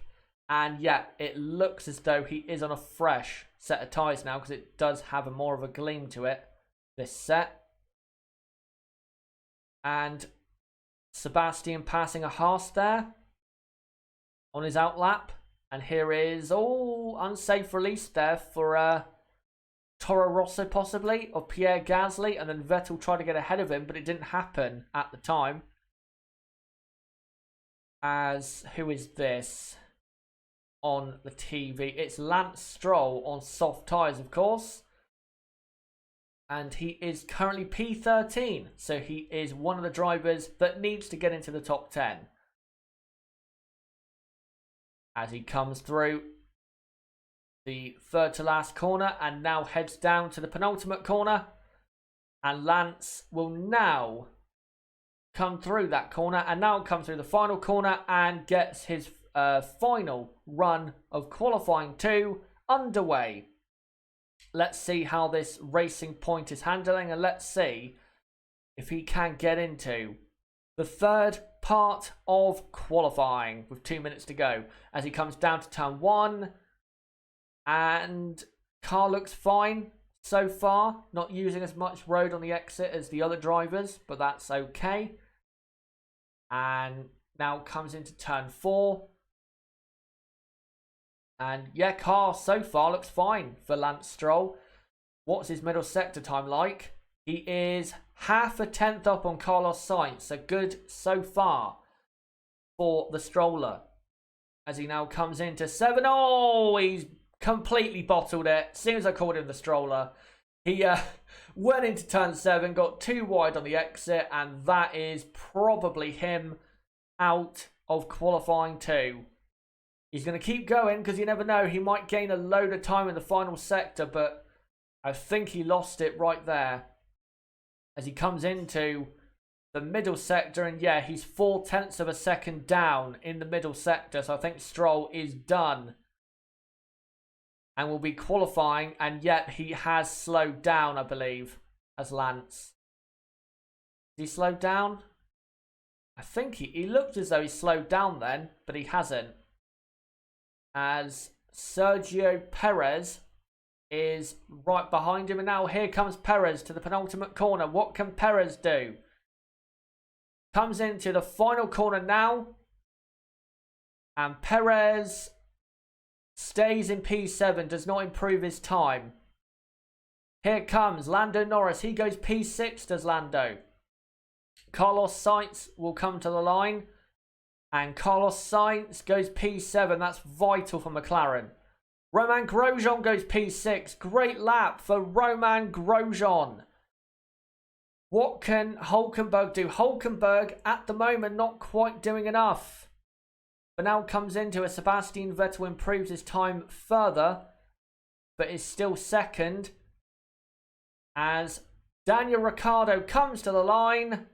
And Ricciardo is in P9, so Perez is out. Here comes Hulkenberg. Can Hulkenberg get through? Yes, only just. Only just.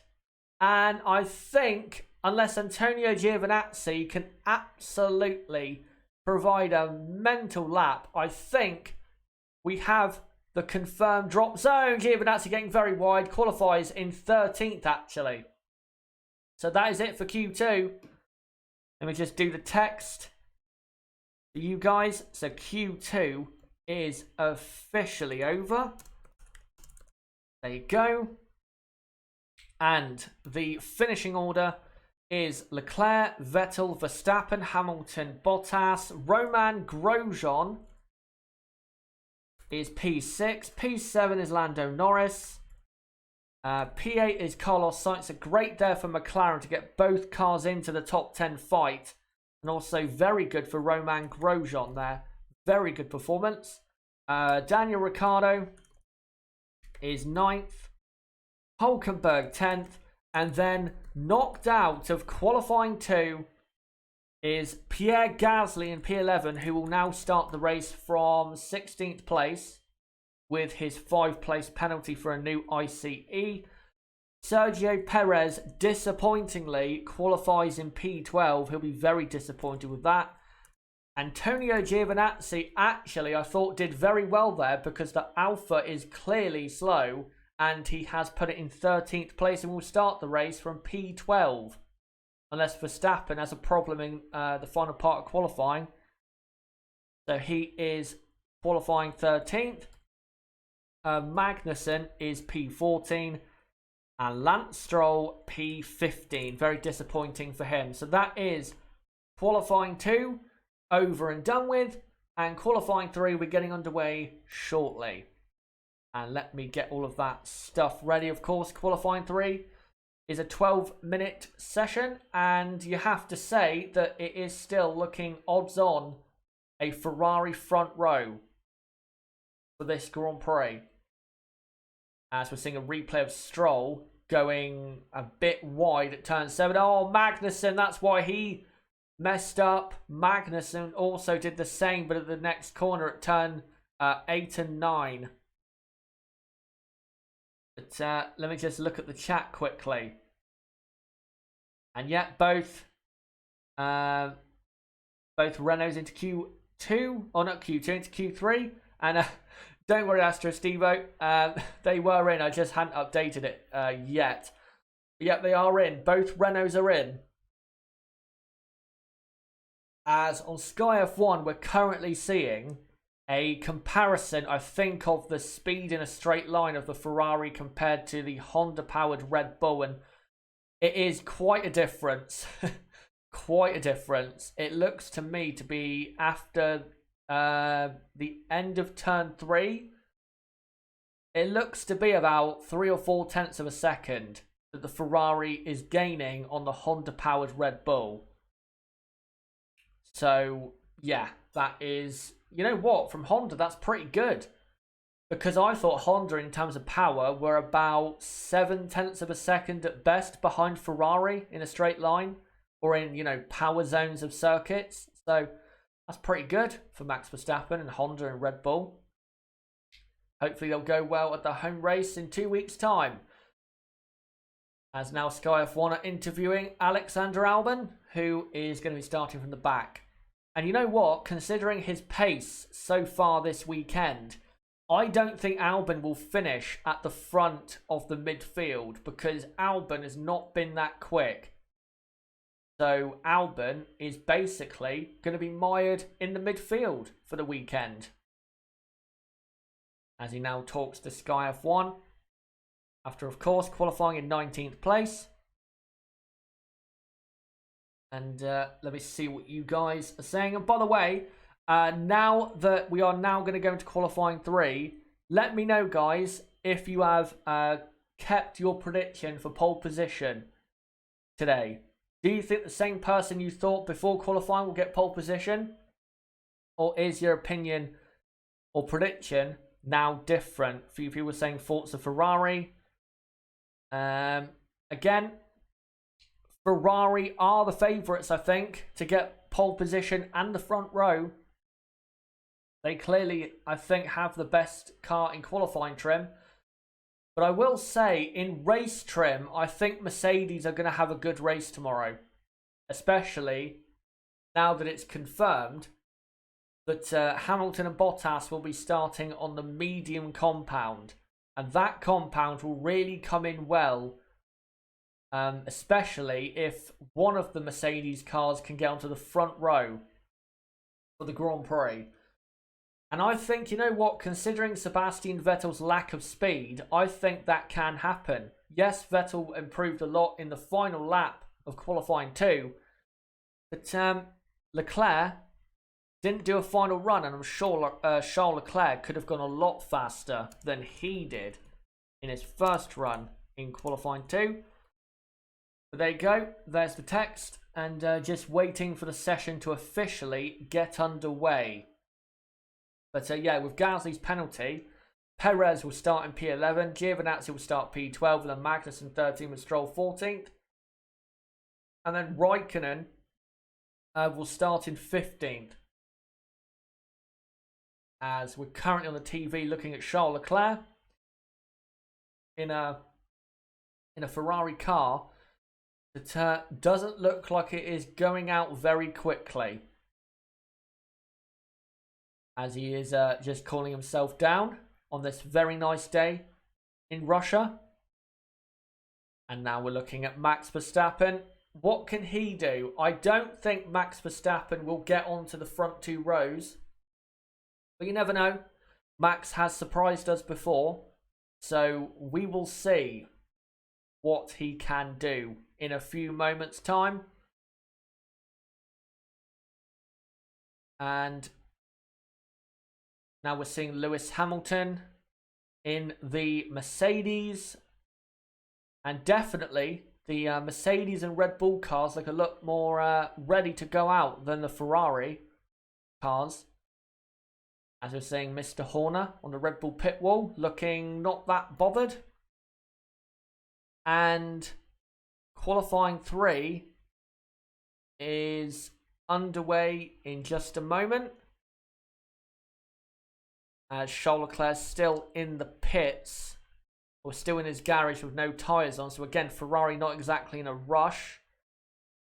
Get out on track. And we're just waiting for the session to get underway, and there you go. That timer, by the way, is about a second behind, but it is basically on time, basically. We do have cars on track, though. Lando Norris, Romain Grosjean, Carlos Sainz, Daniel Ricciardo, and Nico Hülkenberg. So the midfield runners are going to go out first and try and get a lap in before those top runners do so, as Valtteri Bottas and Lewis Hamilton now come out on track. And here comes also Sebastian Vettel on soft compound tyres. And as well, Charles Leclerc and Max Verstappen, I believe, will be at the back of that pack. And yep, here comes Max Verstappen. Wait a moment. They're just waiting for the right time for him. As Charles Leclerc now exits the pit lane. And so does Sebastian Vettel. So can Ferrari make it 4 pole positions in a row? Let's find out today in Russia as Max Verstappen now comes out on track.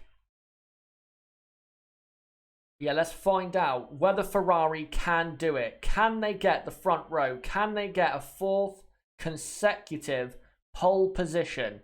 And you have to say, if Ferrari get the front row, I think given the amount of speed they have in a straight line, it's going to be tough to pass them at the start and down the straights in the race anyway, especially if there's 2 of them at the front, as Charles Leclerc currently going through turn 9 in or on his outlap with 10 minutes now to go.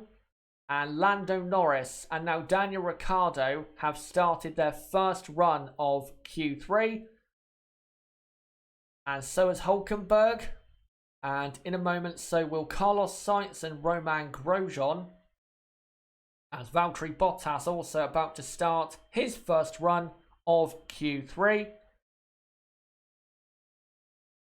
And Bottas now comes through the final corner. And Valtteri Bottas starts his first run. Can Valtteri get in the fight for pole position? We're about to find out as he heads down the straight, the pit straight, down to turn 1. DRS wide open. And brakes hard now. And Valtteri clocking the speed trap at 319 kilometers an hour. As Valtteri comes through turn 3, now down to the bumpy braking zone of 4.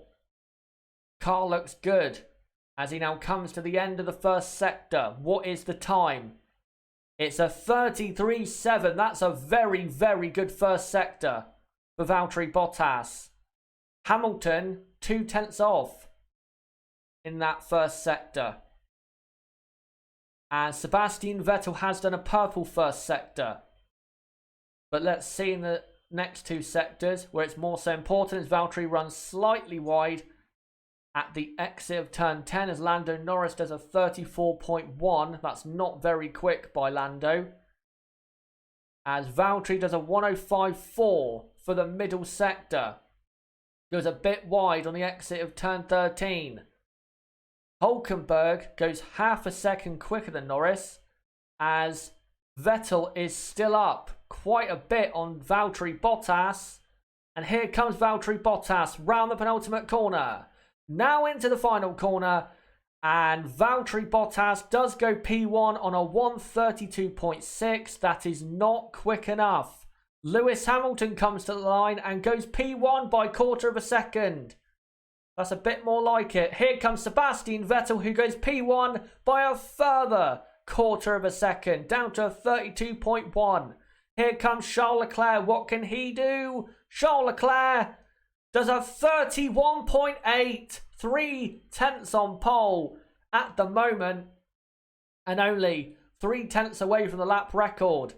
Max Verstappen, where does he go? P5. His car is all over the place. He does a 32.7. That's not that great, to be honest, but there you go. So that is the first run of qualifying 3 over with, but again, there is one run to go. But at the moment, it looks as though Charles Leclerc has absolutely got pole position, because he is on pole by 3/10 of a second from Sebastian Vettel. Hamilton is half a second down on Leclerc in third. And then Valtteri Bottas is fourth and 8/10 off pole. And Verstappen is fifth and 9/10 off pole. Let me just update the order. So, yeah. With 6.5 minutes to go in qualifying, it's Leclerc on pole, provisional pole, not confirmed. From Vettel second, Hamilton third, Bottas fourth. Max Verstappen is P5. Nico Hülkenberg is not only sixth, but half a second quicker than anyone else. And also, Hülkenberg, 3/4 of a second faster than Ricciardo. That's quite a gap.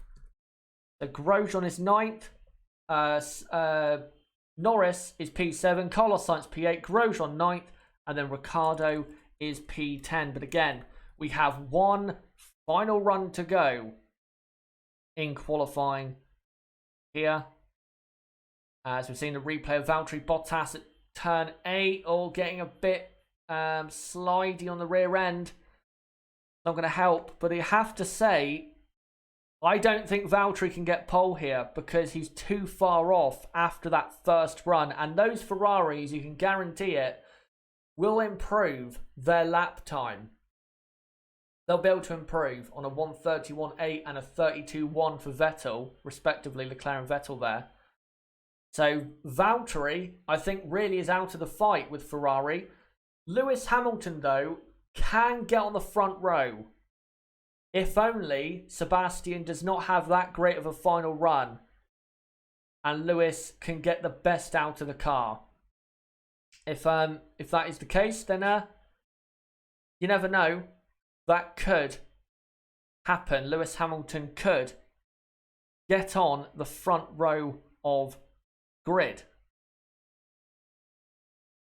Just reading the chat quickly. Someone asking, what will be the circumstances if only Mercedes will start with medium tyres and all the other with soft tyres? Well, what it'll mean is at the start of the race and in the first 5 or 6 laps, the soft tyre runners will be faster. Well, the midfield teams that are using a soft tyre won't be faster literally, but they'll have a faster tyre on. But after about lap 7, the medium tyre will then come into its own, and that's when Mercedes are really going to, start going for it. But they might lose if Ferrari do get a front row and lead 1 and 2 at the end of the first lap. They might be too far away to go for the race win after that first 6 or 7 laps.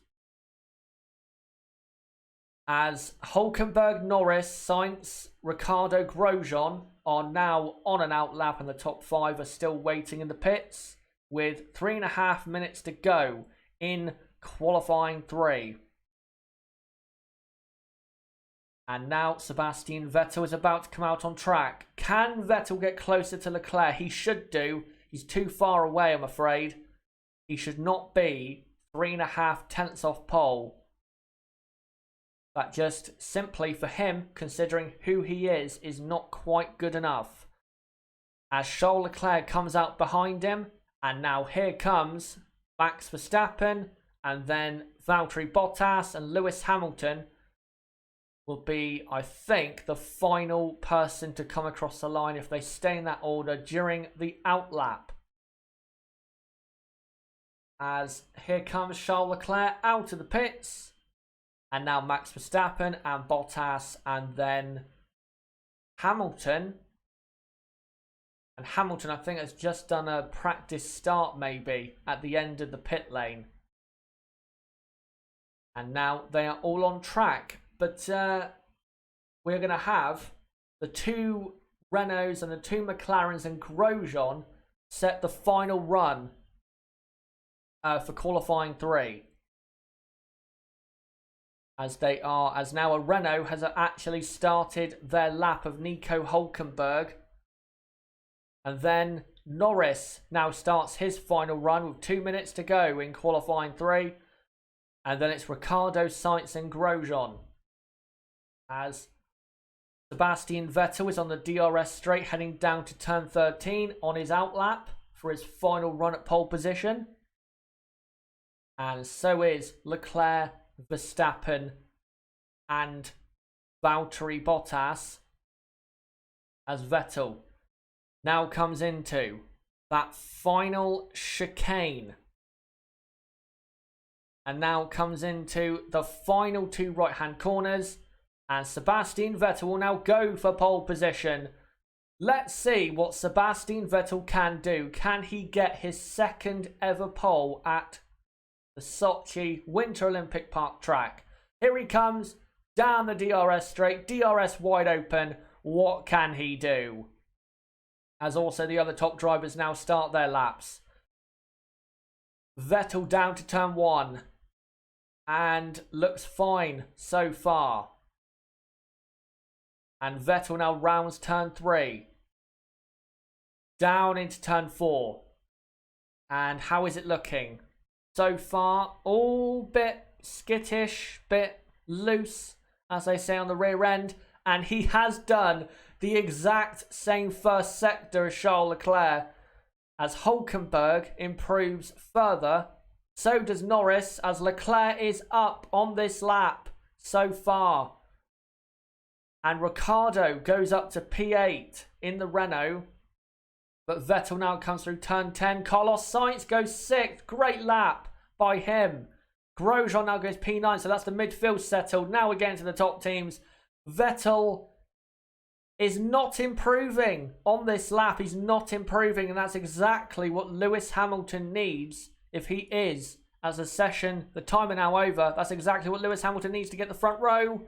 Here comes Vettel, as Leclerc has done another purple middle sector. Here comes Sebastian Vettel into the final 2 corners. And now into the final corner. And Sebastian Vettel is 2nd. He does improve his time. Only slightly. Here comes Charles Leclerc. And he is on pole position by even more. He's done a 31.6. Max Verstappen goes 3rd. Can the Mercedes cars respond?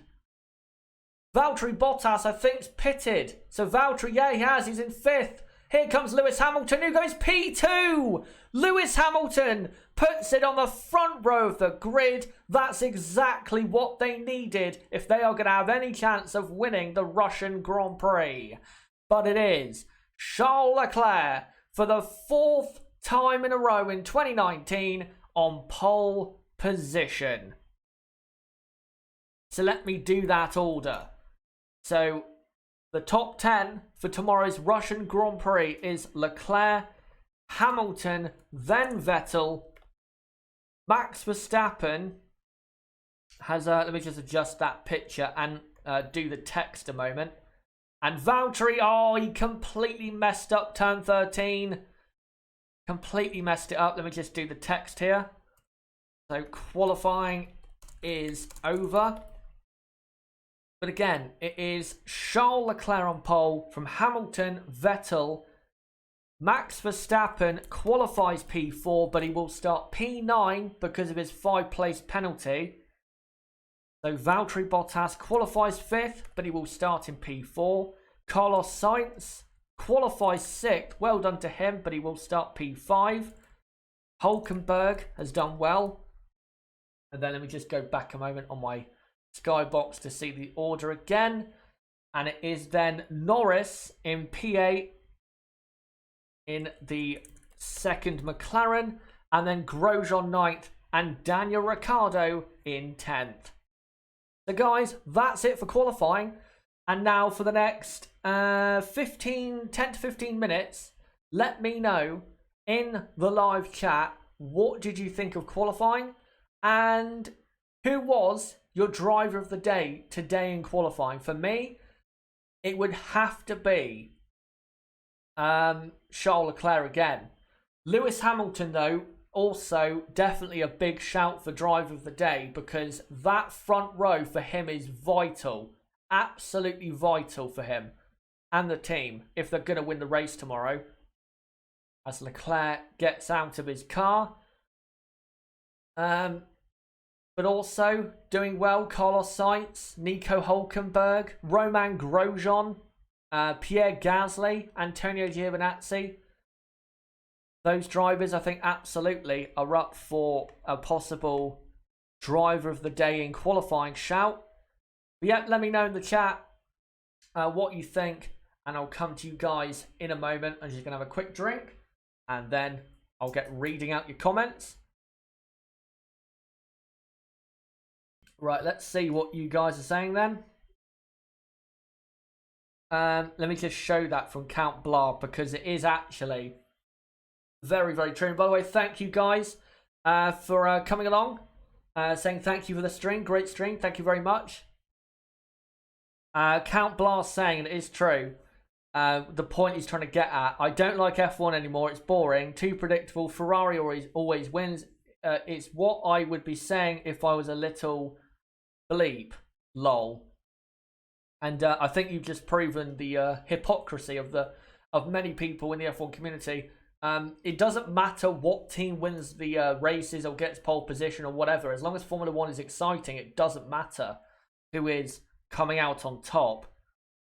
And yeah, Ferrari, as Ace Ray is saying in the chat, Ferrari gets 4 in a row. 4 in a row for the Scuderia. And also, I think we have to say Max Verstappen has done well as well. Max Verstappen has also done very well today. P4 in a Red Bull around Russia is very, very good, because, and I know he won't start there, he'll start in P9 of course, but Red Bull have never gone well here. So to qualify there, it shows that the Red Bull is very quick. So that's a good omen going forward for the rest of 2019, with of course that new power unit / ICE from Honda. Let me just adjust that and get to reading more of your comments. JB, great to see you, mate, saying ever since the summer break, Leclerc has been the best driver. I have to agree. Yes, in Spa and Monza he did have the best car, but in Singapore I don't think he necessarily did at times have the best car, because especially in the first 20 laps of the Singapore Grand Prix, I think Lewis did have the better car and Leclerc did well to do what he did. And even though, yeah, Ferrari overall so far this weekend have the faster car, he has dominated the weekend, and I don't see, unless something massively goes wrong for him, I don't see how Charles Leclerc is not going to end up winning this race tomorrow, because he's so confident, the Ferrari team are so confident, and Charles just has so much pace in that car. And as long as they can get away, you know, in P1 and maybe P2 as well, we'll see what Sebastian Vettel can do at the start tomorrow.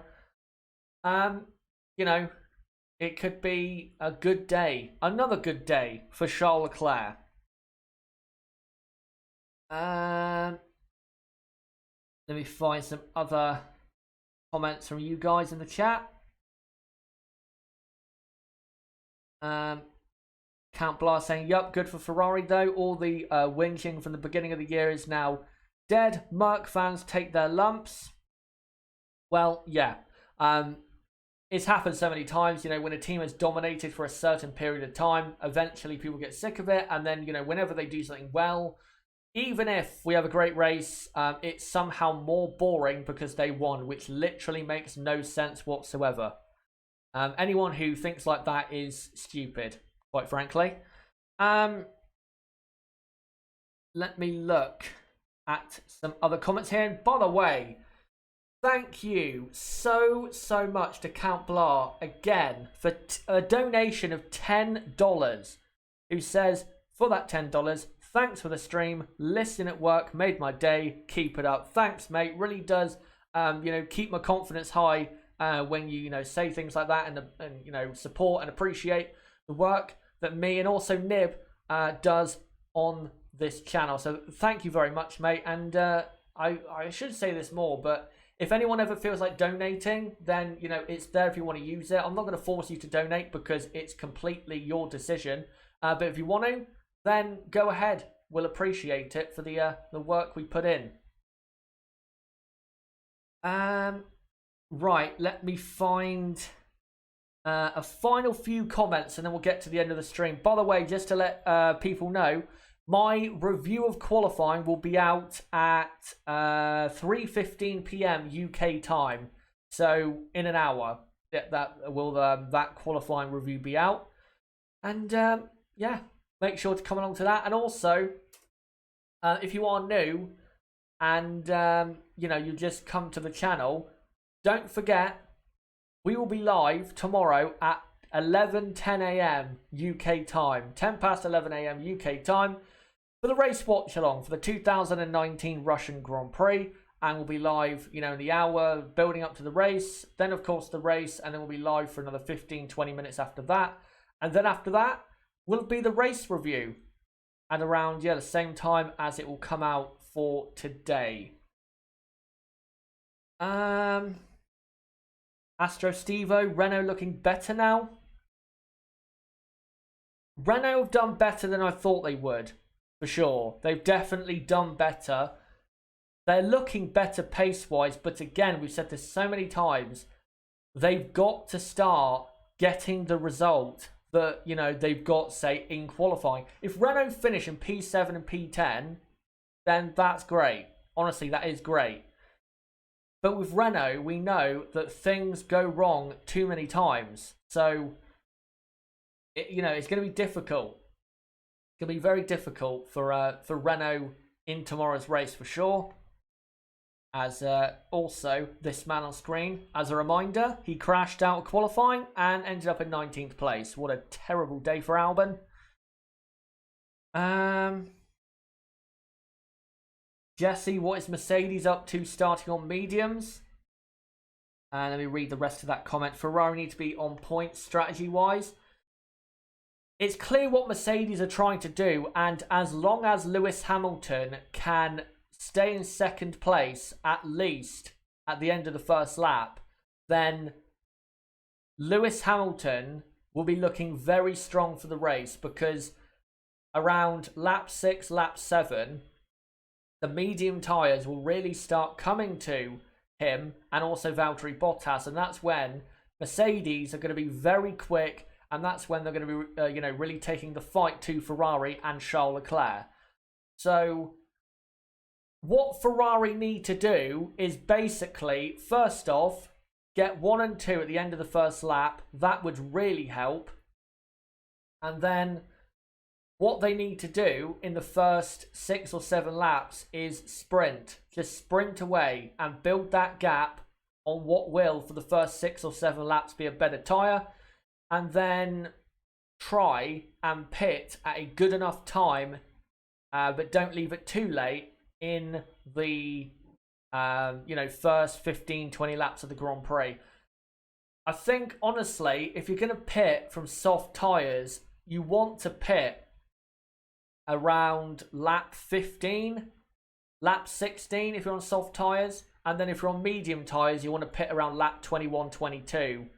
And then if you want to start on hard compound tyres, which I think we will get a couple of those, then you are probably going to want to pit around lap 32, something like that.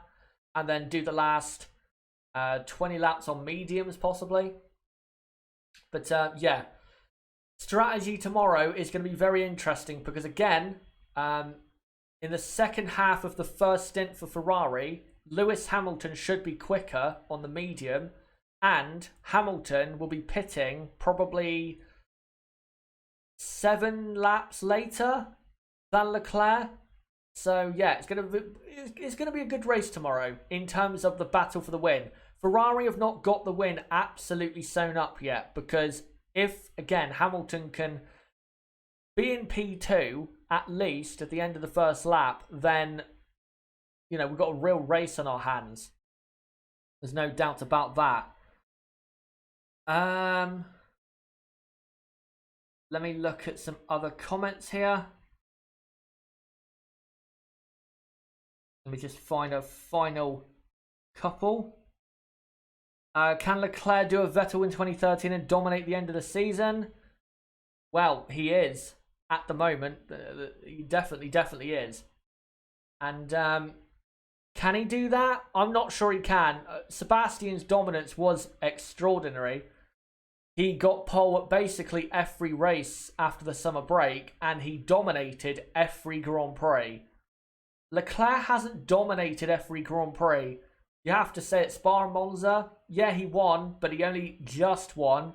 You know, if there was 3 or 4 more laps in both of those races, I'm not sure Charles Leclerc wins. So, yeah, I think maybe in terms of race wins, yeah, maybe he could have a very, very strong end of the season, but he's not dominating in terms of lap time or whatever in the same way that Sebastian was. Sebastian was winning a few of those races by half a minute.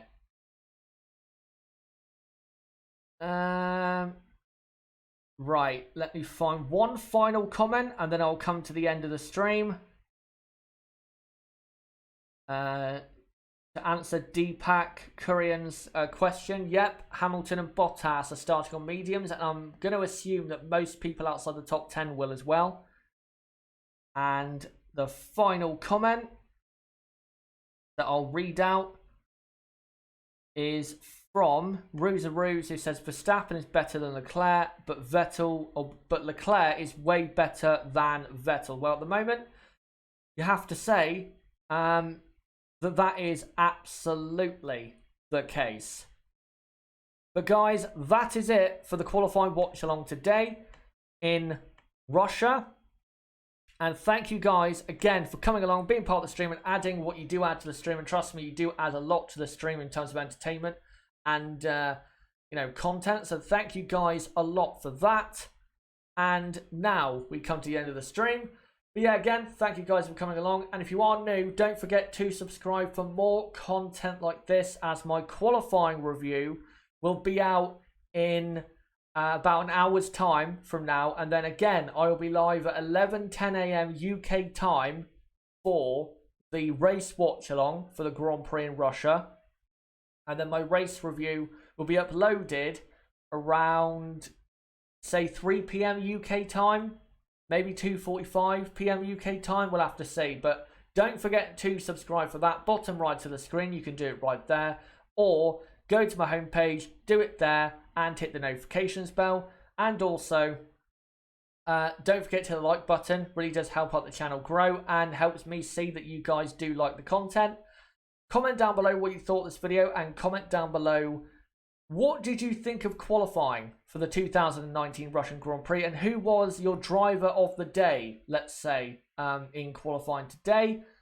Don't forget to join the Discord server, link below in the description. That's the best place for notifications of my videos and streams, and it's the hardcore Chazza HDF1 community. We have, what, almost 400 people in that server, so don't forget to join that. And also, like my Facebook, that's ChazzaHDF1 on Facebook. Follow me on Twitter at Chaz6110, and check out my website ChazzaHD.com for more content like this. But guys, until 10 past 11 a.m. UK time tomorrow for the race watch along for the 2019 Russian Grand Prix. It has been me, Kazza HD. Goodbye.